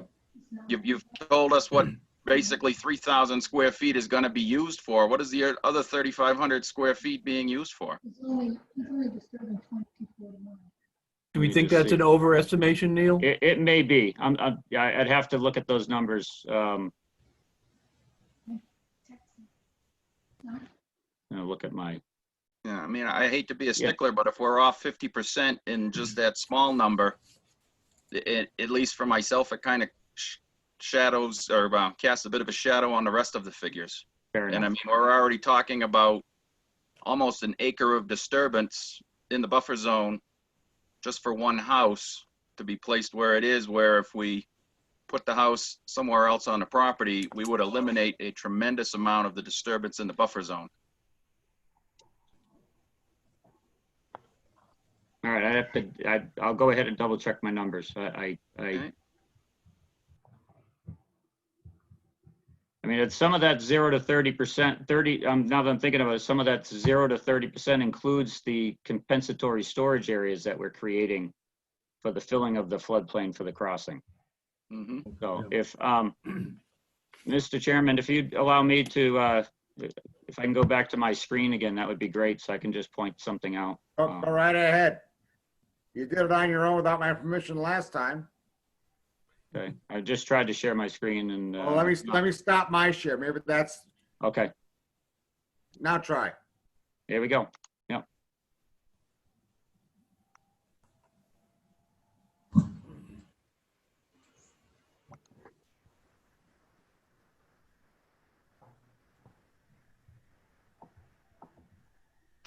So yeah, so the 6,500 square feet of disturbance in the 30-foot buffer zone is in right in through here, which includes the compensatory storage area that we're building on both sides of the driveway. So again, we're in essence, creating more of a wetland here as we expand that, get to that right detail for you. So the compensatory storage areas, this crosshatch area is included in that disturbance number that I gave you, as well as this disturbance on this side. So there is, that is going to be new flood zone that's being created and is included in that 6,500. So the work within the 30 foot is, broken down between that compensatory storage construction, and which is, probably a good, looks like 20 or 30%. Whereas the driveway is the main part, which is, again, accessing an upland portion, buildable portion of the lot, going through the floodplain there in that access. Rather than going around the isolated wetland the other way, we did take a look at that, but given the steep slopes to the isolated wetland on this side, plus this is all mature trees, it didn't look like a feasible alternative to get to the desired house location. But I'm thinking that 6,500 number might be correct because it does include these areas of compensatory storage construction, as well as the access to get there. And we are replanting some in there. And then these compensatory storage areas, in essence, will be wetland, or pretty close to being wetland as it floods. Thank you. Yeah, that's about 2,500 more, 2,515 square feet, Neil.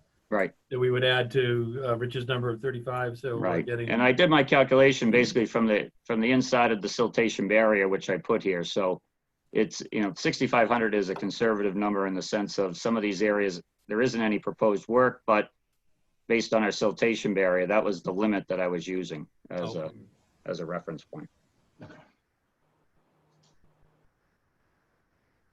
Because there's going to be equipment down there and doing whatever work. So I didn't draw a real quick line. I mean, I didn't draw an exact line to run all these zigzags. I used my limit of work as my, calculation number. Anything else, Rich? No, that's it for now. Thank you very much. Thank you, Rich. Todd Dwyer. Thank you, Mr. Chairman. I guess just expressing my own opinion on the project, the big sticking point for me is the crossing to the proposed house. Has any thought been given to, rather than build embankment, to build bridge?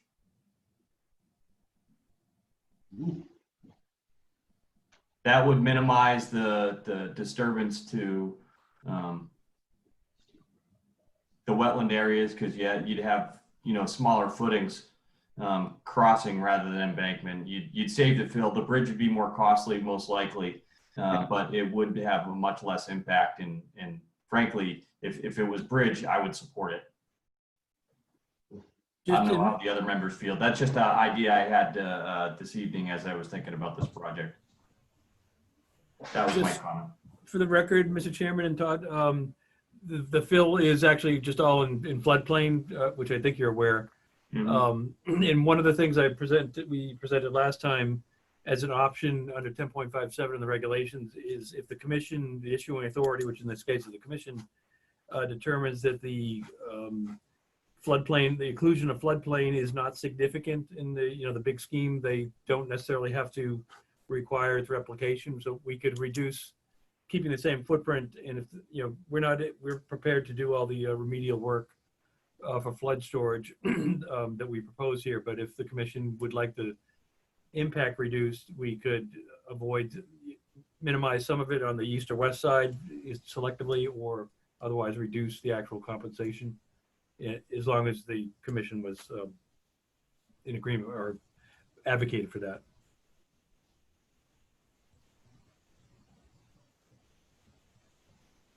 So I did not hear an answer to Todd's question about, did anyone ever consider a bridge? It was somewhat discussed, but it's such a significant span. The floodplain is here and all the way to here.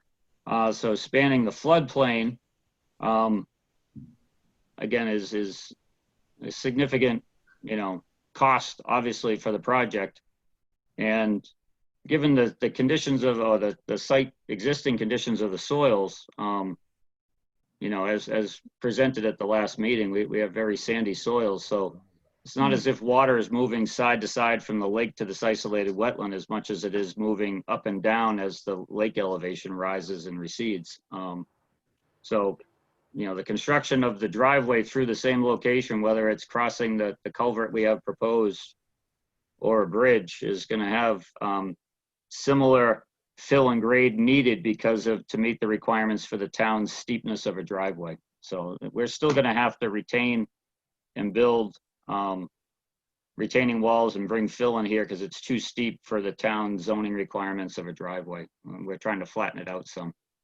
Okay, I'm going to call on Jack Rabbit in a minute, but I add a follow-up on Brian's statement. I think what I heard, and I could be wrong, you saying is that some of the disturbance in the 30-foot no disturb is due to compensating for the loss of floodplain. Correct. And that if you weren't required to compensate for the loss of floodplain, there'd be less disturbance. Yep. And that the commission has that in its discretion. Did I get that right? Yes, and I could find the citation in 10.57 because we've used it in prior matters where it's moderate amounts of fill in a large flood system. It's one thing if you're a lot of fill in a small flood system, it's incrementally significant. If you're a small amount of occlusion in a huge system such as the lake and its entire watershed amongst gravelly soils, the commission, we're not pushing for that, but if the commission felt that was the better option, we would certainly agree to it because it would save expenses, it would save the lateral extent of our land disturbance, and I think everybody would be happy. But Jack Rabbit. Mr. Chairman, thank you so much. I do, first of all, Brian, thank you so much, and Neil for putting that culvert back in. I thank you for that. The more I think about it, the more I really like Todd's suggestion, therefore make it all open such that the little critters can get back and forth. My other concern was the swath that we would have to cut along the top of that peninsula or that esker.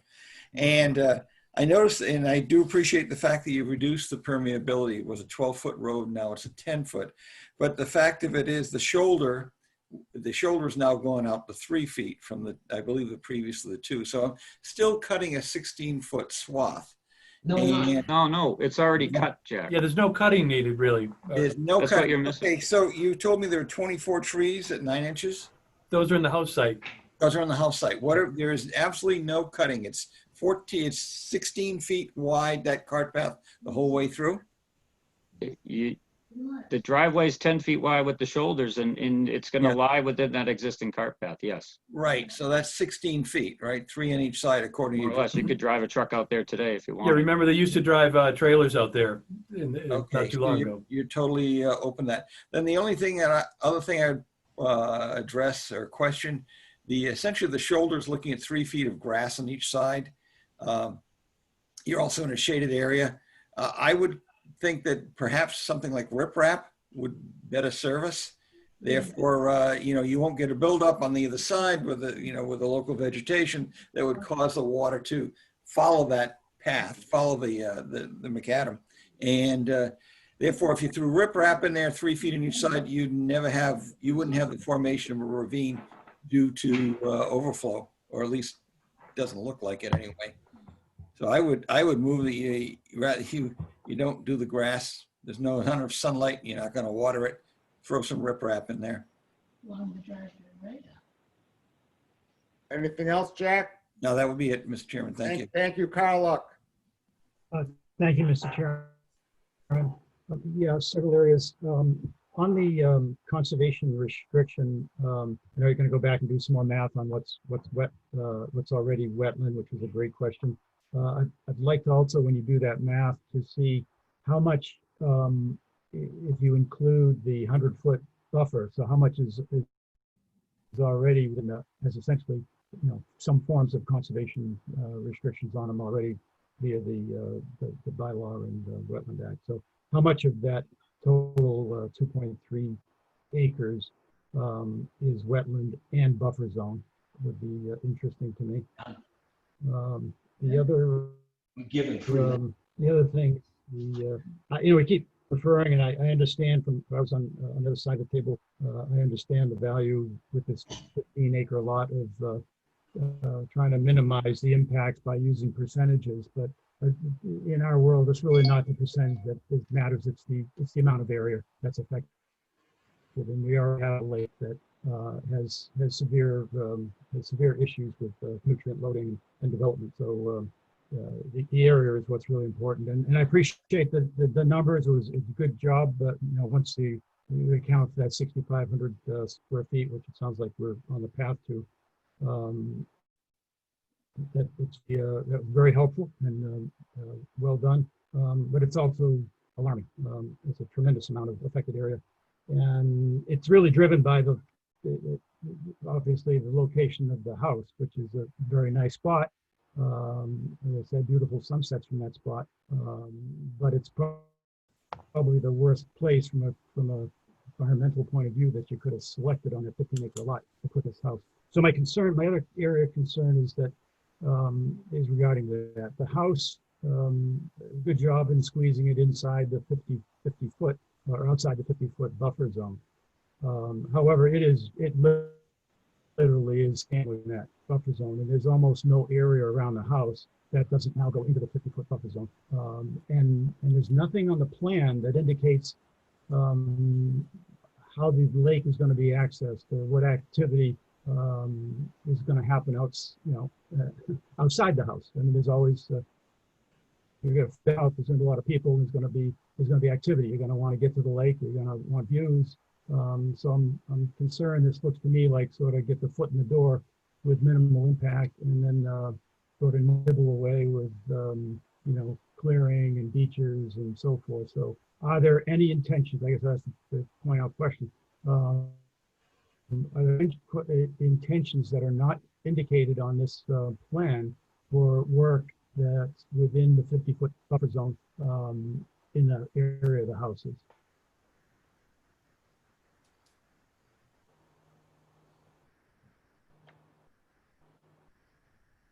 It hasn't. To my knowledge, we've been so focused on getting this proposed project to a point where, if and when they ever do want to create some type of an access or seek permission to have access to the water, then they'd certainly have to come back with another notice of intent to do so. So There's an informal access, right? Right in here. Right, yeah, where Neil's pointing right, flag 209. This is a tree line and this is a tree line, so. And that was historically a beach to the south of the flag 209, but it's vegetated now. But so there is access to the water, but it's just not formally developed. Yeah, so I'm afraid we're just getting sort of the toe in the water kind of thing here. And not all of the actual disturbance that's in mind within the 50-foot buffer zone is being to the table, and that is very concerning to me. I think we've provided a pretty detailed plan of all the grading around the house and the vegetation of areas and what we're doing with the impervious areas that exist in 30-foot buffer zone. Yeah, I know it's a good plan as far as it goes. I'm just saying I don't think it goes as the intended uses, or maybe it does. And I would probably propose, if this continues to move forward as it is, in cases like this where there's development that is so close to sort of areas with which this is, that there be deed restrictions put that no further impact or alteration within the 50-foot zone be allowed. We've done that on several occasions, and again, if this continues in this direction, I would strongly advocate for that just to minimize creep. Well, that's what your bylaw has for a 30-foot no disturb zone. It's already written in the bylaws as to where your parameters are. If we held strict to it, you wouldn't get out of the gate on this. Well, isn't the Wetland Protection Act also provide opportunity for crossing through, areas to build, to access other portions of your land? But I know, just thinking out loud. But so those I'll just hold my thoughts for now. But we'll see if Mr. McGurn or Miss McGurn have anything they want to add. I'd like to call on, Carl, were you done? Yes, thank you, Bob. Okay, Carl. Joanne and Butch McGurn have their hand up. Yes. Am I muted? Yes. Not anymore. Yes, you are. Okay, so you can hear me. Good morning or afternoon, guys. Carl, to address your concerns about the amount of work that would be done after this goes in, you know the property as well as I do. You know that's all cleared up in there, and all those concrete pads it's wide open there, Carl. So I have no intentions to actually do any further work up there because it is an open area. It's and the access to the lake is that everybody uses it. They park their boat right on that beach there, right into the pathway. That's the path that we would like to keep, and that's the path that we would like to use right there. It's wide open there. You don't have to remove any trees to overlook the lake. The amount of trees that are within that 50-foot buffer zone, the only thing that's we're taking down because the rest of those 2 large pines, and then there's a couple twin oaks right there. We'd like to maintain those. That gives shade. So to answer your direct question, there is no more improvements needed there because it's a beautiful site and it's a shaded site, and that's what we want. The other concerns that we're talking about is perhaps putting a bridge in. Essentially, we are with that giant culvert pipe going through there. In the minimal disturbance that we have there, that Brian's bringing up. I mean, I'd be happy not to disturb the remaining areas outside of that drive path in the existing floodplain. I mean, if we don't have to recreate it and we don't have to disturb it based on the governed rules, then let's not do it. Lastly, if there is concerns about us going directly through, I would go back and reroute the driveway out around the right. I think that's a little bit more invasive to the site, but if that's what is a concern, us going through that floodplain, there isn't an alternate way to go around there. I mean, we are within the 50-foot setbacks of the house. We were within the 50-foot setbacks of, our septic systems. I mean, we're really not violating a lot of surfaces. And to answer Carl's question again one more time is, he knows that property as well as anybody else here in this lake. It is a prime location for that house, and it is in an area that's already been well disturbed by previous owners and previous people, and quite frankly, for those who don't know the area, that was a recreation spot for the Keatings. They held their summer events there. They had beaches there. They had tons of concrete pads up there. I'm proposing to get rid of those to improve the land. And again, it's already open. It's wide open. Neil has pictures of that. That's in the notice of intent. I mean, and the home will blend in with the neighboring homes. Yeah, we're not doing anything that this board hasn't approved in the past 5 years. All the homes they built on the old Shirley Beach. I mean, it's really not much different than anything that's old. And quite honestly, 380 Somerset, right next to your house, Carl, on your camp, Carl, is a very large house that went in and was just this little teeny camp there. And this board here, 5 years ago, granted permission to do so. I'm not disturbing anything remotely close to the disturbance that place caused. So we hope that you'll consider our application. Thank you.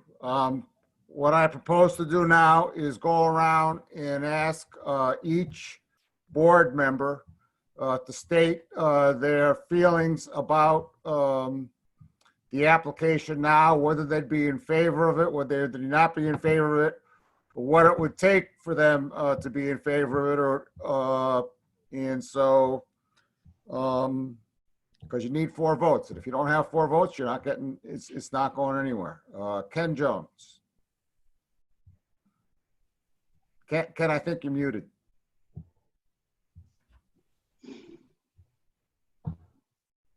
I'm not hearing you.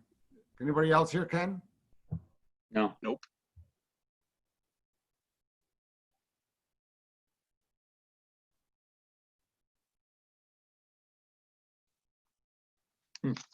Ken's working on it, but nothing. Well, let's.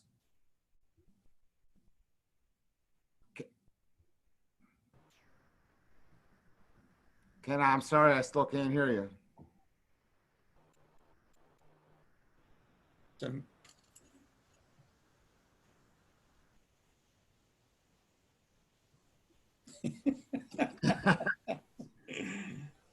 Okay, let's go on to Rich Birch, and we'll come back to Ken. But Ken, I got to hear from you, so I hope you solve your problem. Mr. Chair, at this point, I would not be in favor of the house placed in its current location. One of the things that we do try to do as much as possible is reduce any impacts and any disturbance within the buffer zone. This is a 15-acre site. They have a septic system and a fairly good-sized garage already on the south portion or south of the location of the current house, which would eliminate 90% of all of the disturbance in the buffer zones for this project. So seeing as how they have access to and the ability to put the house on the property still, I don't think that we are under any legal obligations to let them put it anywhere that they want to put it. Neil had kind of implied that as long as they have access to the property and the placement of a house, that would negate our legal responsibility to have them put it in this spot. So at this point, given the almost 1 acre of disturbance for just one single family home in this location, I am not in favor of it. Thank you, Rich. Katie Childs.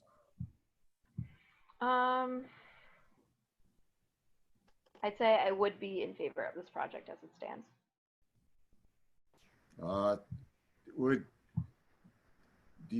Is there any additional information you would like to see or any modifications you'd like to see? Not right now, no.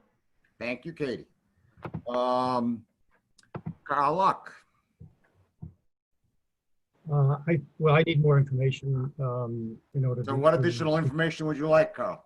Well, what we talked about before regarding the conservation restriction impacts or the areas, what the wetland is and what the area is within buffer zone already. I would also, in a prior, I think at a prior meeting, if not on the site walk with the owner, we talked about getting some more information, more views of the house so that we can get a better feel for how it sits on the land and how it's going to impact and interface with the land and, you know, the basement and where that is and so forth. So I'd like to see, you know, some views of the house that, I don't need to see floor plans, but the structure of the house so that we can really get a sense for how that fits in there and how the land and the house interact.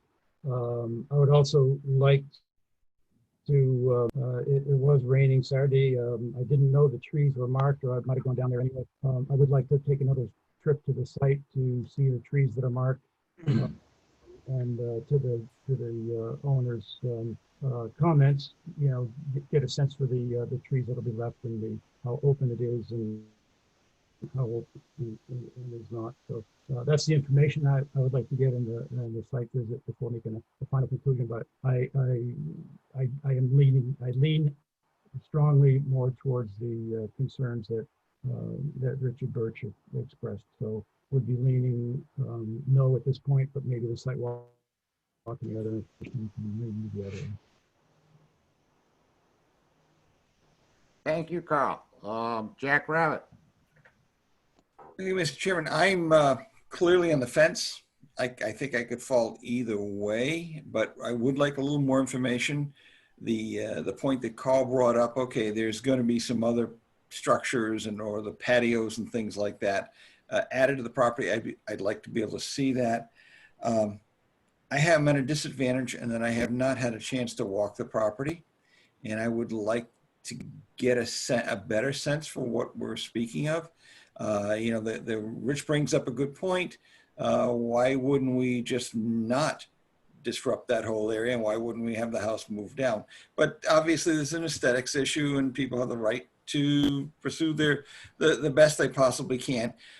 So right now, Mr. Chairman, I would like the opportunity to not have to vote on this, and I would like the opportunity to go and do a site walk, you know, and with Carl and you folks to get a better lay of that land and what the impact would be. You know, I like Todd's idea of just making that open and allowing the creatures to go ahead and minimize the disruption again. So I need to have a better sense. So right now, Mr. Chairman, I would defer on voting.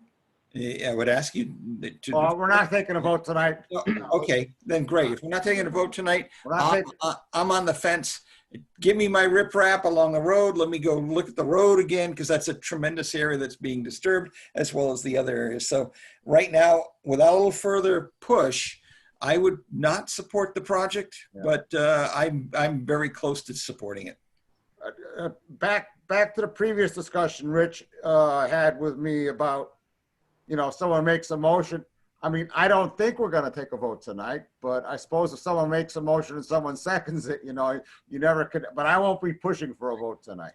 You know, Well, if I may speak up, Mr. Chairman, I'm sure my applicant would like to, if at all possible, to keep this open so they can address these concerns. And I understand that, and that's what I'm attempting to do, is to try and figure out where this application stands.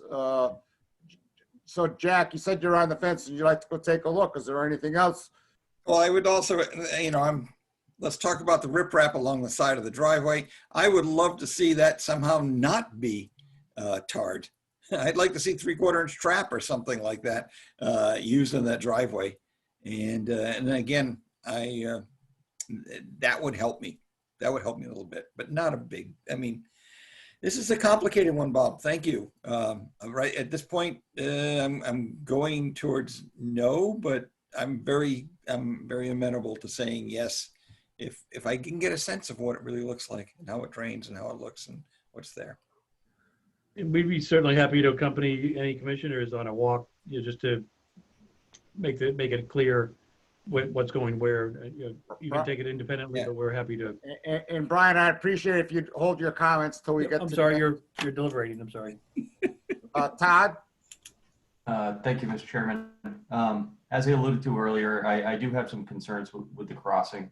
I would like to see, for additional information, either possibly a reworking of that crossing, maybe incorporating additional arch culverts or something like that to allow more flow below the embankment, if that's what you want to stick with. Of course, I mean, ideally a bridge, but the bridge is expensive. Or as the applicant suggested, possibly reworking the location and avoiding that crossing and taking an alternate route. I'd be open to that. I understand why the applicants want to put the house where they have it proposed, and I very much would like to be able to accommodate them, but I'm not quite there yet. I'm close, but I'm not quite there. Ken, are you with us auditorially yet? Oh, Ken, come on.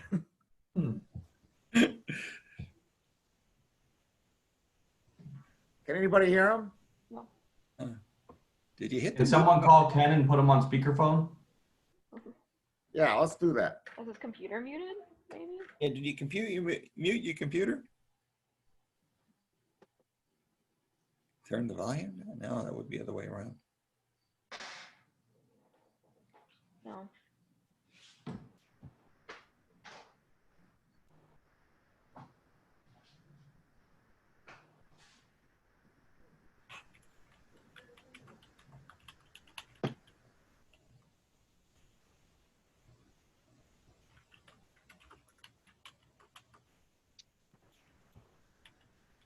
Ken, can you hear us? I'm trying to call you on my phone.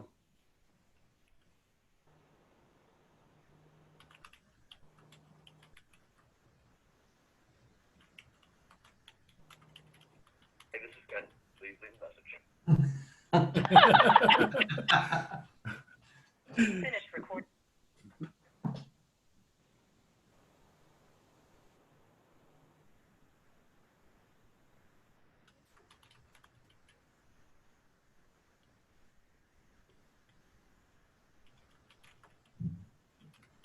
How about chat?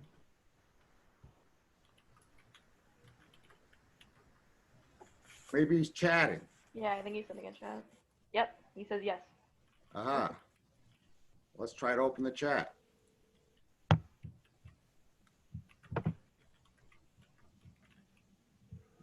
Oh, but all he said so far is I'm not sure what the issue is. He's working on it, furiously typing. I can see it.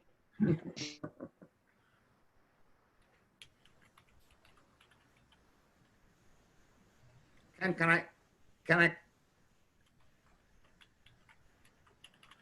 Okay, what Ken said in the chat is not sure what the issue is. As it stands alone, I would support the proposal as presented. I am in the minority, I know. Okay, and so for myself, I'd like to see I'd like the commission. I don't know if the commission's willing. I'd like the commission to consider not requiring the replication of the floodplain, and I'd like to hear from our agent of what our agent thinks about that, or perhaps even council, because I don't know enough about that. And I'd like to see that what Todd said about a arch culvert, or possibly putting the driveway on the other side so it does not have to go through the 30-foot no disturbance zone, because that'll really cut down on the 30-foot no disturbance. But I'm not quite sure what it would look like on the other side, and how much cuts and fills would have to be required, and also that you'd have to take more trees down. I also feel that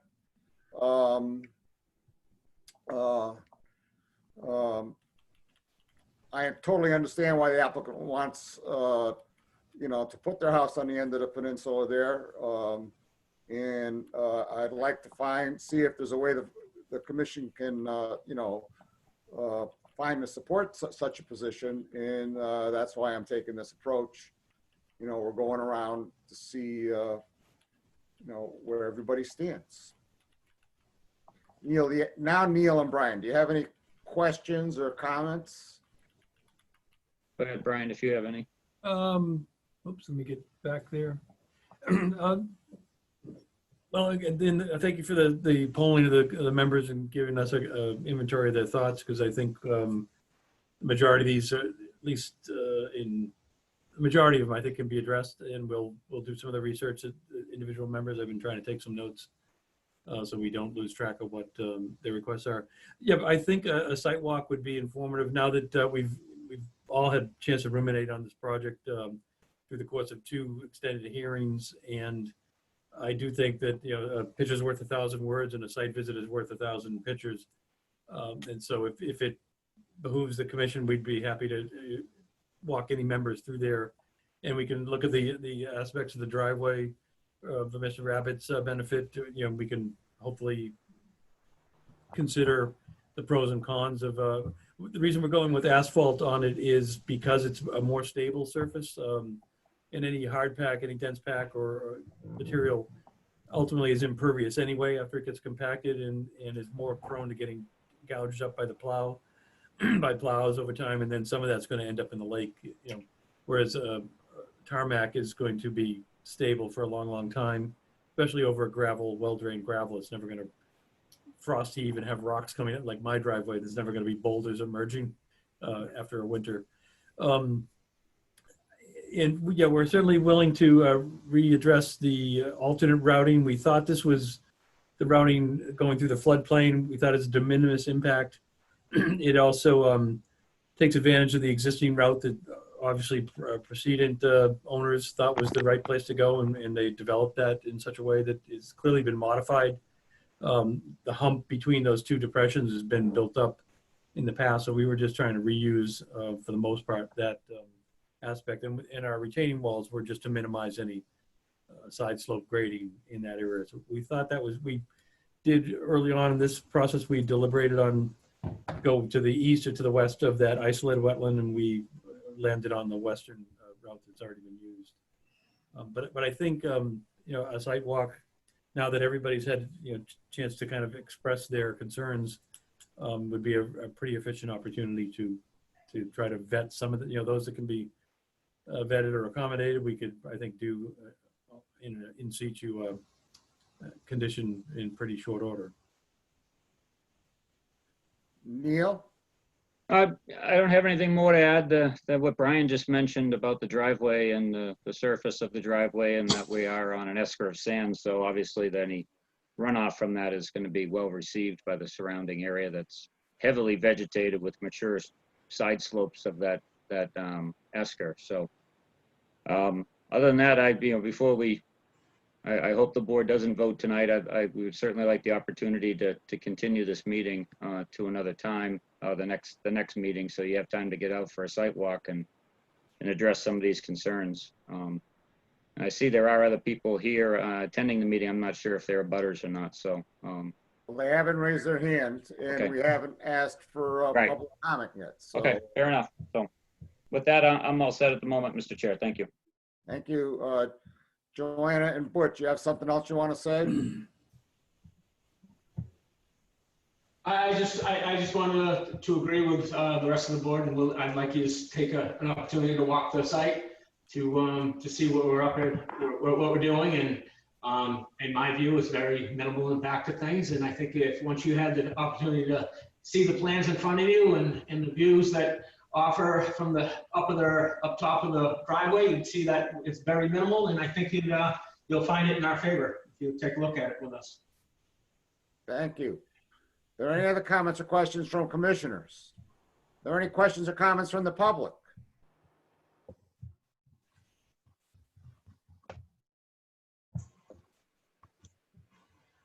Seeing none. I think we have one. Oh, who? It's Robert Machete. Yeah. Robert Marchetti. Okay, well, Mr. Marchetti, go ahead. Hi, thank you. Thank you, Mr. Commissioner. I'm in a butter, Seven Oaks Landing, in Shirley. And as such, I guess I would be Joanne and Butch's closest neighbors, probably. Yeah, at least as the crow flies. I just like to say, I think they've done a lot to try to really make this thing work, and it is a beautiful spot. I've probably been one of those people who've been over there from time to time at their beach. And given, a lot of what exists on Lake Shirley right now, I think that this would be, a nice addition to the lake. And, I just hope that they can find a way to, to work out the issues that, as I'm not qualified to comment on the technical aspects, but I could just say that from what I see, I'm happy as an abutter. So that's it. Thank you. Thank you. I guess I'm looking for a motion to continue to September 16th. So moved. Second. Any further discussion? Roll call vote. Ken Jones. Ken Jones, is he still here? I don't think Ken is with us anymore. I think he left. Richard Birch. Aye. Katie Childs. Aye. Carl Luck. Aye. Jack Rabbit. Aye. Todd Dwyer. Aye. Thank you. And I for myself. So, Mr. Chairman? yes, sir. Ken just sent me a message saying he's trying to restart his computer. Okay. Thank you. All right. Thank you, Mr. Chairman. Thank you, Commission. And please reach out to us to set up a site walk. We'd love to show you around. Thank you. It'll probably be the Saturday before the 16th. Fair enough. We'll plan on it. Okay, and Matt will be in touch with you, but with more details. Okay. Sounds great. Thanks for your time. Yep. Thank Good you. night. Thank you. Good night. Good night. Hey. Next is enforcement. Let's go straight to Mr. O'Brien. Who's here for Mr. O'Brien besides Mr. O'Brien? Anybody else? I see Joe online. That's about it. No. Well, let me ask him to unmute. There you go. Hi, guys. Joe, is there anybody with you? I'm all alone. Joe, at the end of the last meeting, I recall asking that we receive a updated copy of the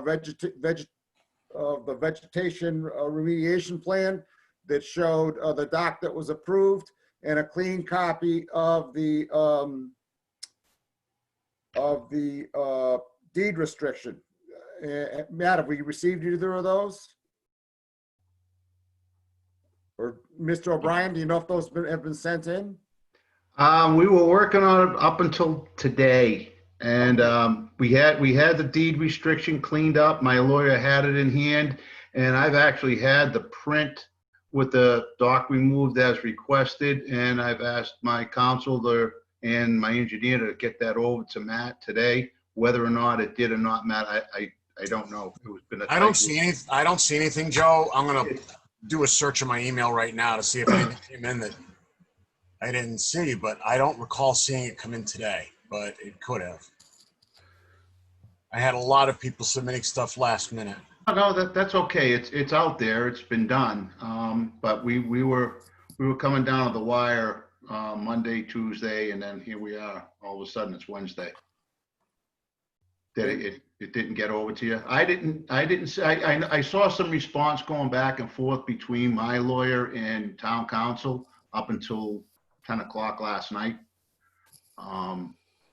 But I don't, hopefully something made it your way, but if it didn't make it there, it didn't make it there. Well, Joe, I would prefer that we take this up again at the next meeting, so that everyone has had a chance to review it in advance. Yep. Does that work for you? Oh yeah, that's fine, Mr. Chairman. Yeah, actually, it looks like something came through like last night. Okay.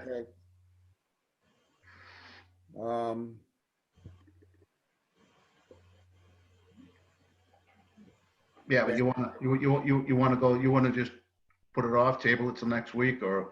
Well, I'd like to hear from our council, if our council's been talking to your council, you know, I'd like to have something from our council that says, yes, from my point of view, we're good to go. You know, Sure. unless other commissions, you know, I'm just one member, you know, it's like if other people feel differently. No, I totally understood. I mean, the language is definitely there. And the emails are there. What did you get late, Matt? I've got a copy of an attachment that was sent out to Adam Costa and myself. Adam thanked John for the copies and something about some language. And that was it. So I don't have anything from Adam Costa saying, yeah, everything's good. I just have acknowledgement that he received it. Okay. So basically, Mr. Chair, you're looking for that clean copy and that revised plan, pulling the old dock location off the print so it's clean, and the clean copy of the deed restriction, which that paperwork is available. Unfortunately, we didn't get it to Matt in time. Super. And so on the plan, what we're looking for is it shows the dock that was approved by Hickory Hills Lake. Because if you recall, Rich Birch, you know, had suggested to you, because he was the chair at the time, had suggested to you that, you know, you wait and see what Hickory Hills allows you for a dock, you know, before you came before us. And you did that. You know, and they allowed you, I think, a dock that had an L shape or something like that. So looking for a plan that just has, because I asked everyone to review it for the last meeting. No one had any other comments. It's just, as far as I know, the only issue is the dock. So yeah, if I can tell you what it did say. There were one dock location was I call it a hammerhead dock that was approved in the very beginning by the commission. And then Hickory Hills went out and we changed that, or they changed that, and they shrunk it down a bit. And they put a square 12 by 12 and brought it in. And on the print that you were looking at, Mr. Chair, was with actually two docks, one approved by Hickory Hill and one approved by the commission. And they were both on the print, which was, I suppose, kind of confusing. My engineer deleted the original hammerhead off and left what Hickory Hills approved on that plan. And that's the copy of the plan that I have in hand, actually. And my engineer, excuse me, my counsel has that along with the deed restriction. So we'll get that over to you, Matt, ASAP, tomorrow, Thursday, Friday. and that'll give us the opportunity, you know, to have some correspondence with our council, you know, and get something from our council. He says he's good with it. Sure, absolutely. Understood. Can I Thursday would be good, Joe. Fridays, Friday, these offices are closed. And while I can see some of my emails, I don't necessarily see all of them come through because I am busy doing other things. Yeah, but we got time, and we got 2 weeks. I mean, I'll get over to John tomorrow, right out of the gate. In fact, I will forward you over the print. I probably should have done that, but whereas I had both counsel and an engineer involved, we didn't want to murk up the waters too much. As you know, you were getting phone calls from them and me, and it got kind of chippy. So I'll forward you over the print, and then John will get you over the deed. I'll get a hold of him tomorrow, and you should have it by the beginning of the week, and you should have plenty of time to get it to the members. All right. I mean, at this point moving forward, Joe, I would rather deal with just one person. So dealing with you would be great. As I've often stated in prior meetings with this commission, I'd rather deal with just a point person, because in situations like this, like you just pointed out, with everybody and his brother sending me things and giving me input, disconnects wind up being created between even you guys, apparently. Perfect. I'll call John. I'll have him send it to me. Then I'll send it to you. Now, I understand that if in fact you guys do approve it, then we have to sign it. And I guess that's the end of it. That's as far as, you have to file both on the registry of deeds. Okay, yeah, that was the other question I was going to ask you, was the print now. That's got to get filed with the Registry of Deeds as well? Yes, it does. Okay, okay. Yeah, no problem. No problem at all. Yeah. All right, thank you, Joe. Sorry I had to wait through the whole meeting. Well, all right, Mr. Chairman? back up, one request. Yes. Next meeting, can I get some sort of agenda so I know when I'm coming up? I got to say, it's been very informative these past few months. I've learned an awful lot about what you folks do for work, and I really can appreciate it. But man, they're getting a little old. So if I can, have an idea when I might be going on, that'd be even better. Or is there any way to get this on a little earlier, and if you got it in hand, and we can kick it in the butt on the next meeting early on, or? I'd have to discuss that with Matt. We don't usually take enforcement as appointments at the beginning of the meeting. No, that's okay. You know what? Not a problem. If you can't, you can't. Again, it's a learning experience for me, and it's interesting. I gotta say, it is interesting, some of the cases you've gone through. But I know you guys had a long night. I did too. Thank you very much. We'll get that on over to you. Mr. Chairman? Thank you, Carl.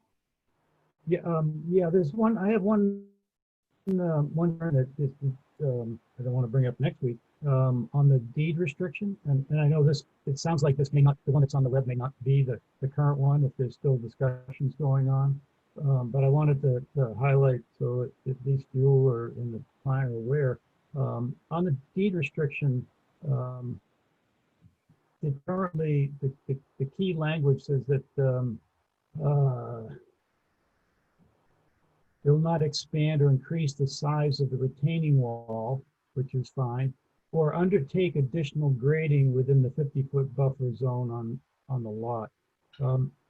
I feel that the words additional grading is too restrictive. I thought the understanding was there would be no further disturbance within the 50-foot buffer zone. Am I the only one that feels that way? I think additional grading is pretty. You're looking at something that I haven't seen, Carl, because the last one I saw, basically said they have to stick to the to the remediation plan, and the remediation plan would be filed with the Registry of Deeds, would cite the book and page. This is the deed restriction. Yeah, I understand that. Which will also be filed, right? Yes. So this is another example of why we should take this up next week after it's been clearly posted on the, both the documents have been clearly posted on the cloud for us to review in advance of the meeting. I need to get Adam Costa's blessing on this thing before I post anything. They send this stuff at the last minute, like Joe said, it snuck up, and then I don't have confirmation from Adam that he agrees with it. So I'm not going to distribute something he doesn't agree to yet at that point.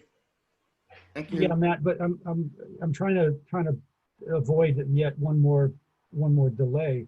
If the commission is happy with the language undertakes additional additional grading, then okay. But if what we really want is that there be no additional disturbance, then I think we should provide that input to legal, because I don't think legal cares which language we use in that particular sentence, as long as it's what we want.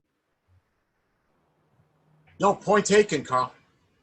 I'm just making the statement that if legal's going to review something that we've tasked them to, and I don't get confirmation from legal that it's okay. I mean, I sent you the progress one that was redlined, but the final version that town council blesses, and I'll make your points to him, comes in. You guys got to have enough time to take a look at it before a meeting. Give me your inputs, and then I can send them back to town council for review. Yeah, and I guess that's all I'm trying to do, Matt. Is it shouldn't be my input. I'm trying to get a sense of the commission if they would agree to having it say no additional disturbance as opposed to just additional grading. So, Mr. Chairman, can we get a sense of the commission on that language? I'm not prepared to discuss that tonight. Is there anybody else who would like to chime in here? Can you hear me? Yep. Hey, I'm back. I think I agree with Carl. I think, you know, if legal has to weigh in on this, it'll save us some time at the next meeting. Then we have to send it back to legal if it's not what we want. So I think I agree with Carl that that's what the language, you know, I think should say. Anybody else? I would agree. Thank you. Matt, can you please communicate that to Adam Costa? Absolutely. No, that's good input. Thank you so much. May I speak? Yeah, absolutely.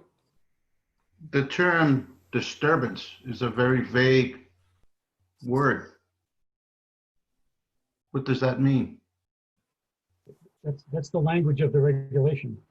Oh, is it in the regulation? Yeah. Disturbance is what is the language that the regulations use. Okay, so that doesn't mean if I were to put a lawn chair out there, I'm disturbing the area, is it?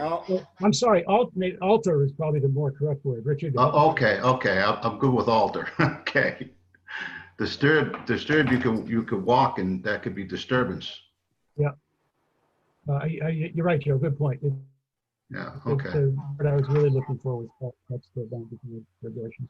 Yeah, sure. So, all right, it sounds like everybody's on the same page. I'll get that stuff over to you ASAP, Matt, and you could get it off to them, and hopefully the next meeting we can put it to bed.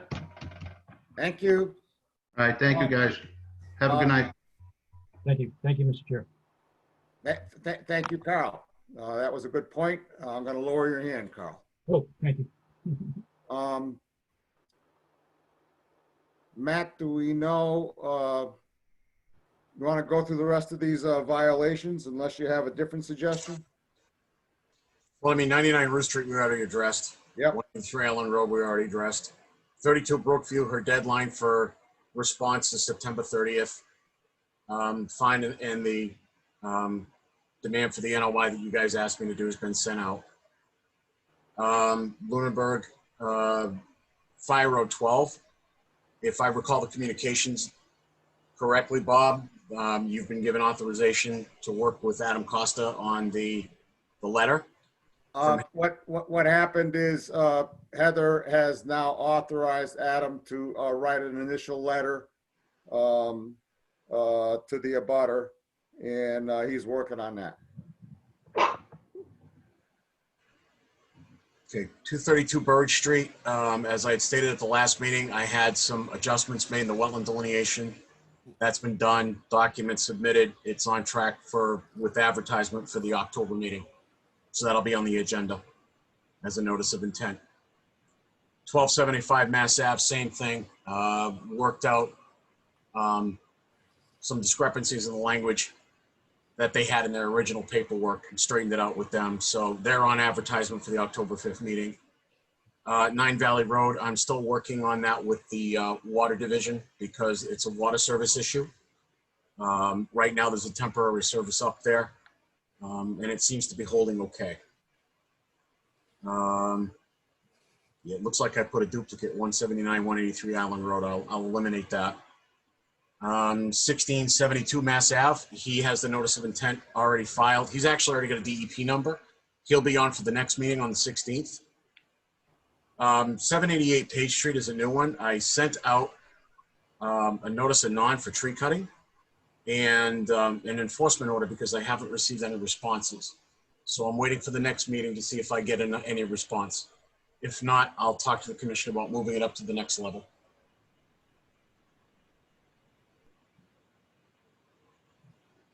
Okay. 61A release request of 250 Howard Street. Last week, there was a meeting of the Open Space Committee, and Richard, all the way from, I believe it was Montana, graciously filled in for me. They voted to recommend the selectmen exercise their right of first refusal on 250 Howard Street. And I'm going to try and share the screen here. Rich, you want to talk, say, tell us about what happened at the open space meeting? They reviewed the parcel, and they reviewed it against the, their template that they have for 61A releases. And it met 3 of the 6 criteria that the Open Space Committee had set forth for recommending exercising the right of first refusal. So at that point, they took a vote and decided unanimously to put forth a recommendation to the Board of Selectmen that the town exercises its right to purchase the property. And I would just point out, I think you guys can see it on the screen here now. Mhm. I mean, this is the property in question. We already own this property. We already own this property. We already own this property. That's the Saliba property. And it provides a connect, and we own, I believe it's this property. And and this one's in tax title, and we're hoping to acquire this through tax title. And so I'm hoping that this commission will also recommend that the town exercise its right of first refusal. But I'm open to discussion on this matter.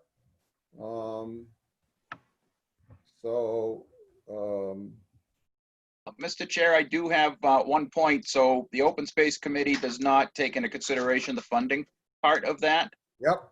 I think if this commission does move forward and recommends that we exercise our right of first refusal, we should certainly try to talk about some methods of funding. I know, and I unfortunately don't have the accurate numbers, Matt might, of how much we have left in our trust funds. 37 grand. 37,000, and that's the usable, that's not the principal? That's the usable. At least that was the last time. I looked it up a couple days ago, and that's what my senior citizen memory remembers. Okay, so at that point, that would have a much smaller number required from the town to move forward with this purchase. And I also think at this point, have you heard back, or has Matt heard back to see if this was a legitimate notification? I spoke with Adam about this, and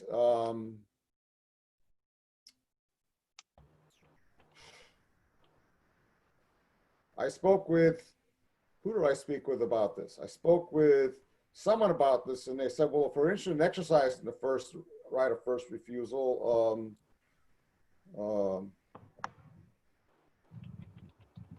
you know, we shouldn't challenge it, you know, because, and I do remember I discussed it with Adam Costa, and I'd have to look at my notes to see what he said about it.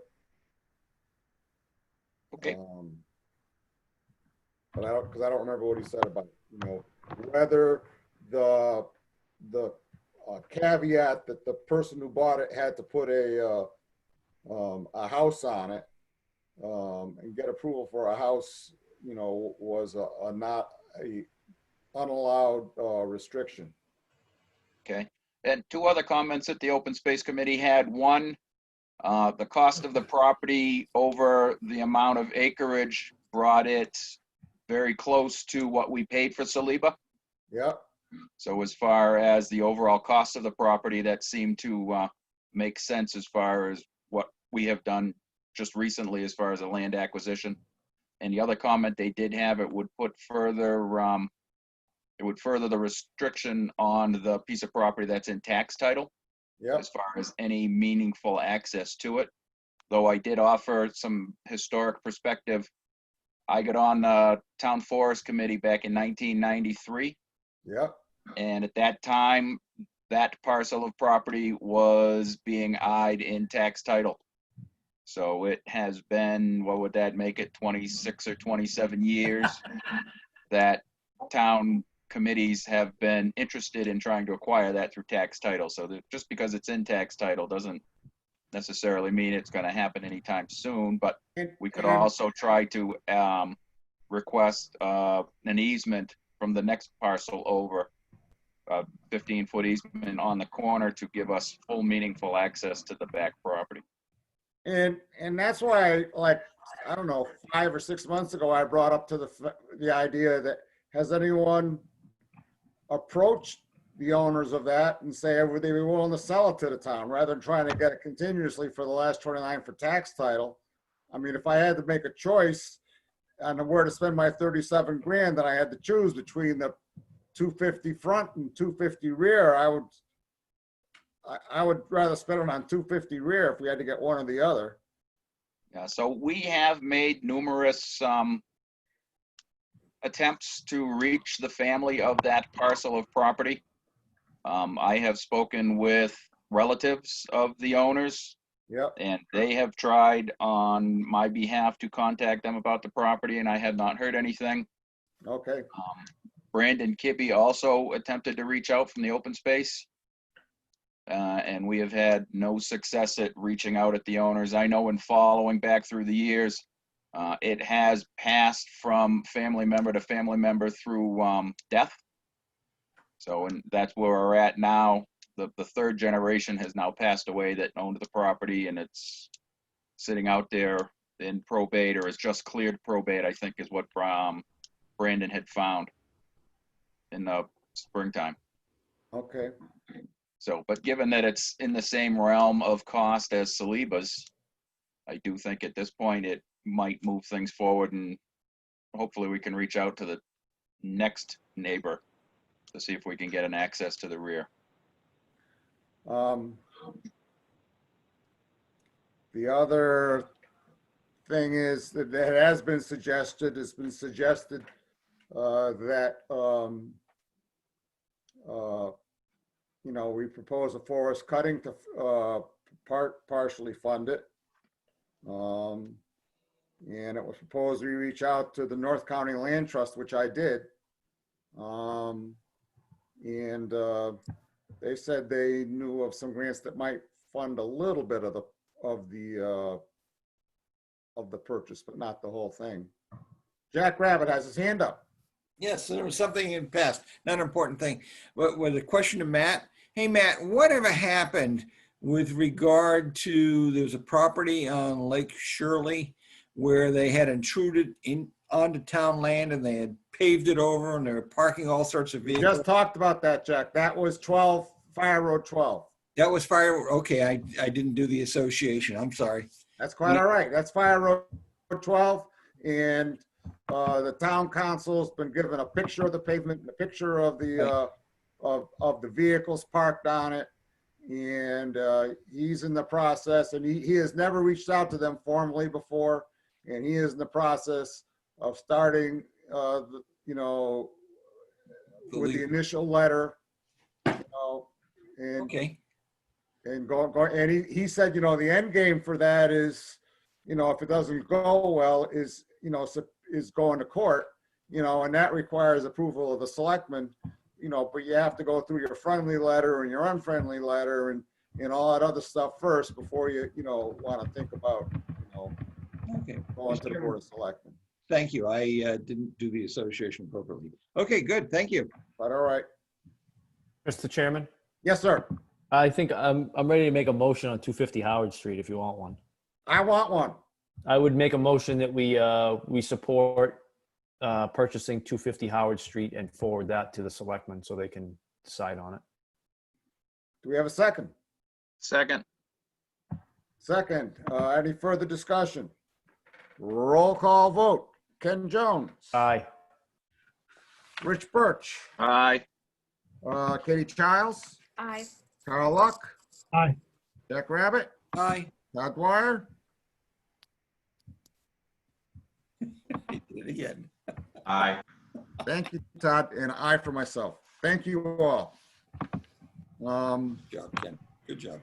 I will probably go to the, not go, but participate in the selectmen's meeting, and I'll try to get Brandon's to participate in the selectmen's meeting. Heather told me it'll be put on the agenda, you know, in the next meeting or two. So I don't have any update on the Trails Grant. Certificate of Compliance, 675 Reservoir Road. Still waiting for the as-built. Okay, minutes of previous meetings. You guys, I sent you the revised versions of the July 1st and July 15th meetings. Do we have any motions? I would motion that we approve the minutes of July 1st and July 15th. Both together, all right. Do we have a second? Second. Second, do we have any further discussion? Roll call vote. Ken Jones. Aye. Rich Birch. Aye. Katie Childs. Aye. Carol Luck. Aye. Jack Rabbit. Aye. Todd Dwyer. Aye. And I for myself. What else we got? Committee reports. Administrator's determination. None. But I think we have some emergency certifications, Sandy Cove Road and Peninsula Drive. Yeah, I had a couple of instances where the, I guess you can call it a semi-microburst, basically cut some old trees, like basically right in half. You had tops that came down, very close to causing property damage. They needed to come down. So I issued an emergency permit to, after consulting with the chair, to allow them to come down with the condition that there was no stumping. You have any pictures or anything, Matt? I don't have any pictures that I put up to the cloud, no, but I can send some later. Okay. Do you need a vote on this tonight? If you guys wish to ratify, that's fine.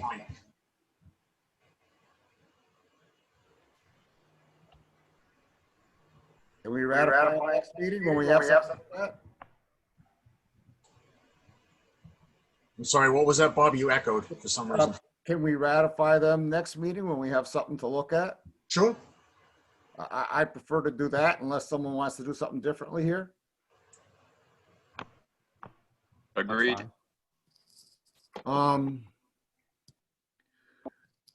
In forestry planning, I'm not prepared to talk about that tonight. I want us to put it on the agenda at a future meeting, like where we advertise it. Encroachment on town open space, town council's gonna draft a letter to the people on Townsend Harbor Road, asking them about their encroachment, and getting a response.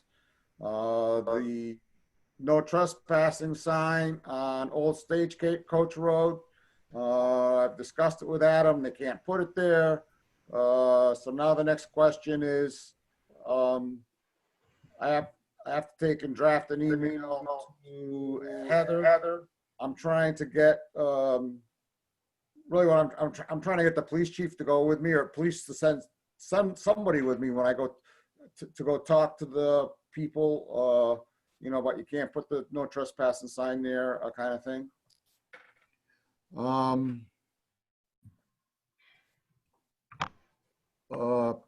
Saliba Table Rock. Let's go back to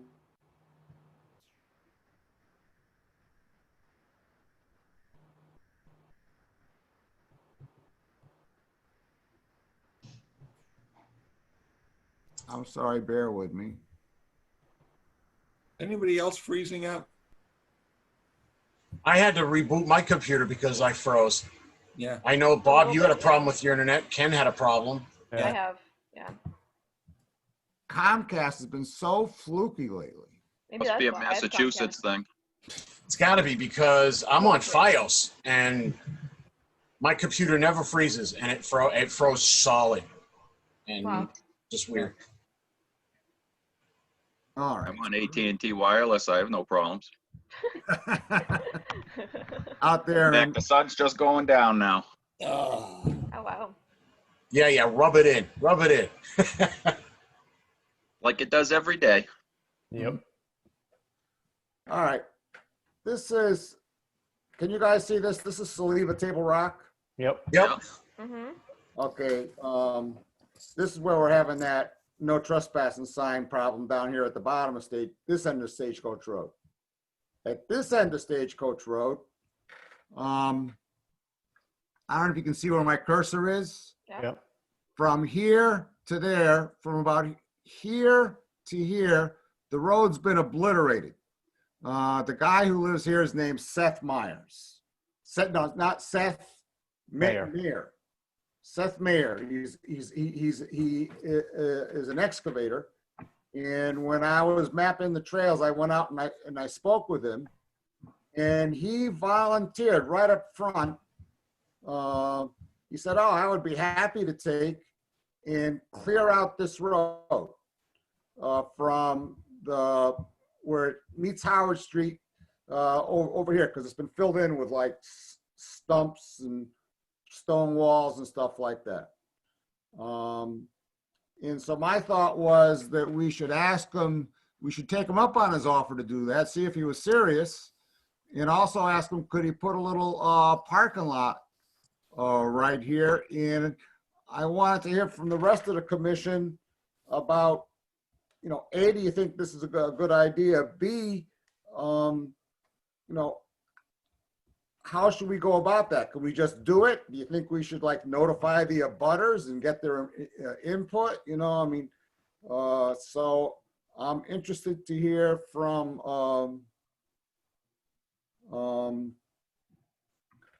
people about, do they think it's a good idea, and how should we go about it if they do think it's a good idea? If you want to go around, I'll start. Sure, go ahead. I think it's a good idea. I think if Seth offered to do that, I think we should take him up on it. And I don't think putting I assume you're talking about like a 2 or 3 spot parking area, not a giant parking lot. Yeah. I think that's completely appropriate, and I think it's within our purview to do without, any further action. Anybody else? I would agree with Ken. I don't think that we necessarily need permission as long as it's not a project that needs permitting. I know I can vouch for Seth. He's a lifelong resident and has nothing but the best for Lunenburg at heart. So if he's offered to do it, I'm sure it was a from the heart legitimate offer. So I don't think you'd have a hard time having him follow up on that. The only thing I would like to see is just a quick description of what the work's going to be, and just make sure that if he's going to be out there, we try to make sure that we put in some sort of deterrence for ATVs and Jeeps and things like that passing out of the parking lot area. Yep. Yeah, that's the other thing I'm trying to work on with town council is I can squeeze the money out of my current grant to put in a gate at both ends of Stagecoach Road. And so we could put a gate, up there. We could put a gate as soon as I can figure out where we can do it down, at the southern end where the guy's got the no trespassing sign now. The other thing I would do is, out of an abundance of caution, is before I do this, I would talk to town council about, does he have any suggestions, before we ought, to protect both Seth and ourselves. Right. Before, we invite Seth to come on our land and start, excavating. But I guess I'm looking for a motion to authorize me to pursue this further with town council and then with Seth. Did anybody else have a comment? No. Then I would make that motion, Bob. Thank you, Richard. Do we have a second? Second, Ken Jones. Thank you, Ken. Further discussion? Thank you so much. Ken Jones? Aye. Rich Birch? Aye. Katie Childs? Aye. Carl Luck? Aye. Jack Rabbit? Aye. Todd Dwyer? Aye. And I for myself. Hey, Bob, did you jump over committee reports? I said it and nobody said anything. Oh, I was sleeping. So the other thing that go ahead. The other thing that came out of the open space committee was that they want to review each parcel that is undesignated individually. You had put forth a request for them to agree that we should be putting certain properties in the care and control of the Conservation Commission. And they wanted to do a little more due diligence on their part to review each parcel individually to see what its designated purpose was initially and what the best group would be to make sure it follows through with that. And I did watch the meeting on YouTube. Okay. About 3 days later. All right. And I saw all that. I believe some of that was in the documentation that I had sent. But I will be there advocating, at least I hope to be at the next meeting. And that, I thought I was going to be at the last meeting. But I hope to be at that meeting. At a minimum, I think at the present time, I don't know how you could argue with the 2 parcels that are already surrounded by, on 3 sides by, you know, town forests. So, yeah, and some parcels I'm sure will take a lot less review than others. Exactly. I'd just like to go back for a minute about my remark earlier tonight about that I would not entertain a motion, or I would not allow a motion, you know, to take and reject, you know, to act on a hearing where the applicant had asked to have it continued, and was told, you know, yeah, well, you know, it'll get continued, and you don't have to attend. I mean, in the future, do you want us to never be able to tell an applicant, yeah, we'll continue the hearing? From now on, we have to always tell the applicant, you have to attend, because we might, you know, you never know what's going to happen.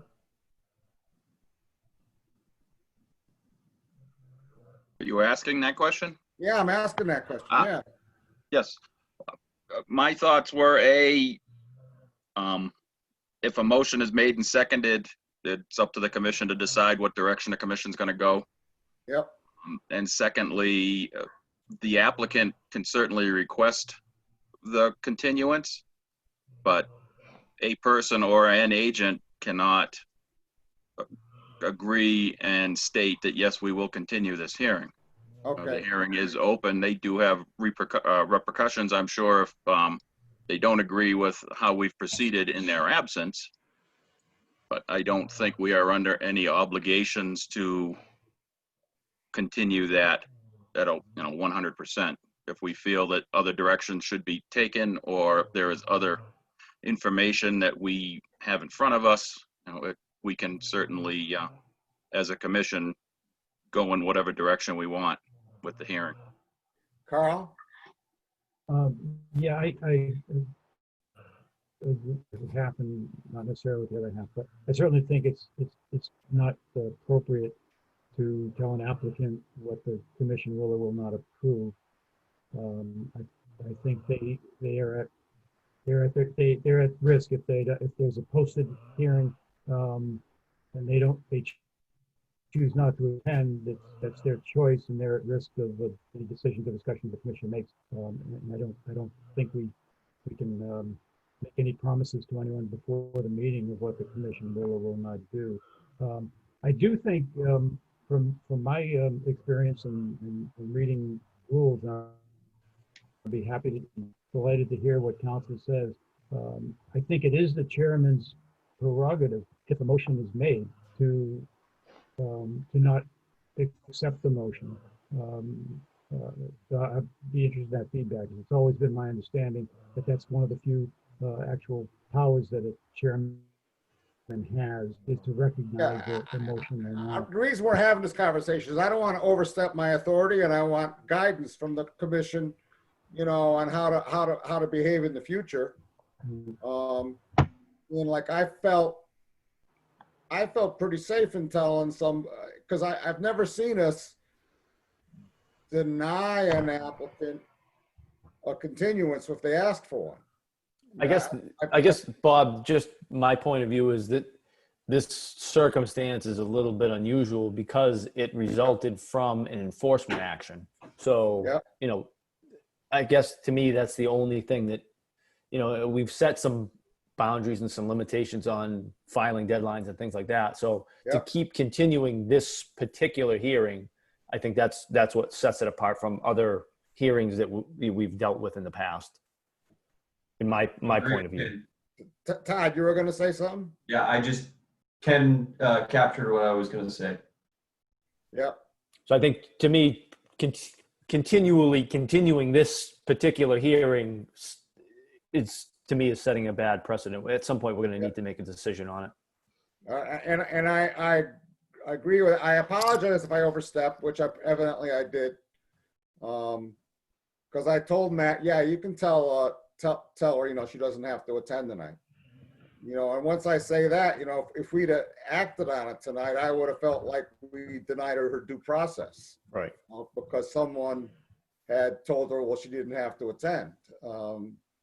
But I hear Richard's comment that we really don't have that power, you know, to say, oh yeah, that's the commission will continue that tonight because the commission doesn't have to, you know. I mean, I think from my perspective, we've done that plenty of times in the past where the applicant has requested a continuance, and we do that all the time. Yeah. And I think that's completely appropriate in most circumstances that don't, you know, have resulted from an enforcement action. Yeah. And where I said it, I think my concern was a little more in the statement itself, not the circumstances surrounding it. I was always under the impression in all of the studying that I had done, and I would disagree with Carl, the chairman is but one member with one vote. Yeah. I don't think there are any extreme or excessive powers given to a chairman other than to help direct the meeting. And we do have some regulations that the chair can act on as far as enforcement orders and things like that.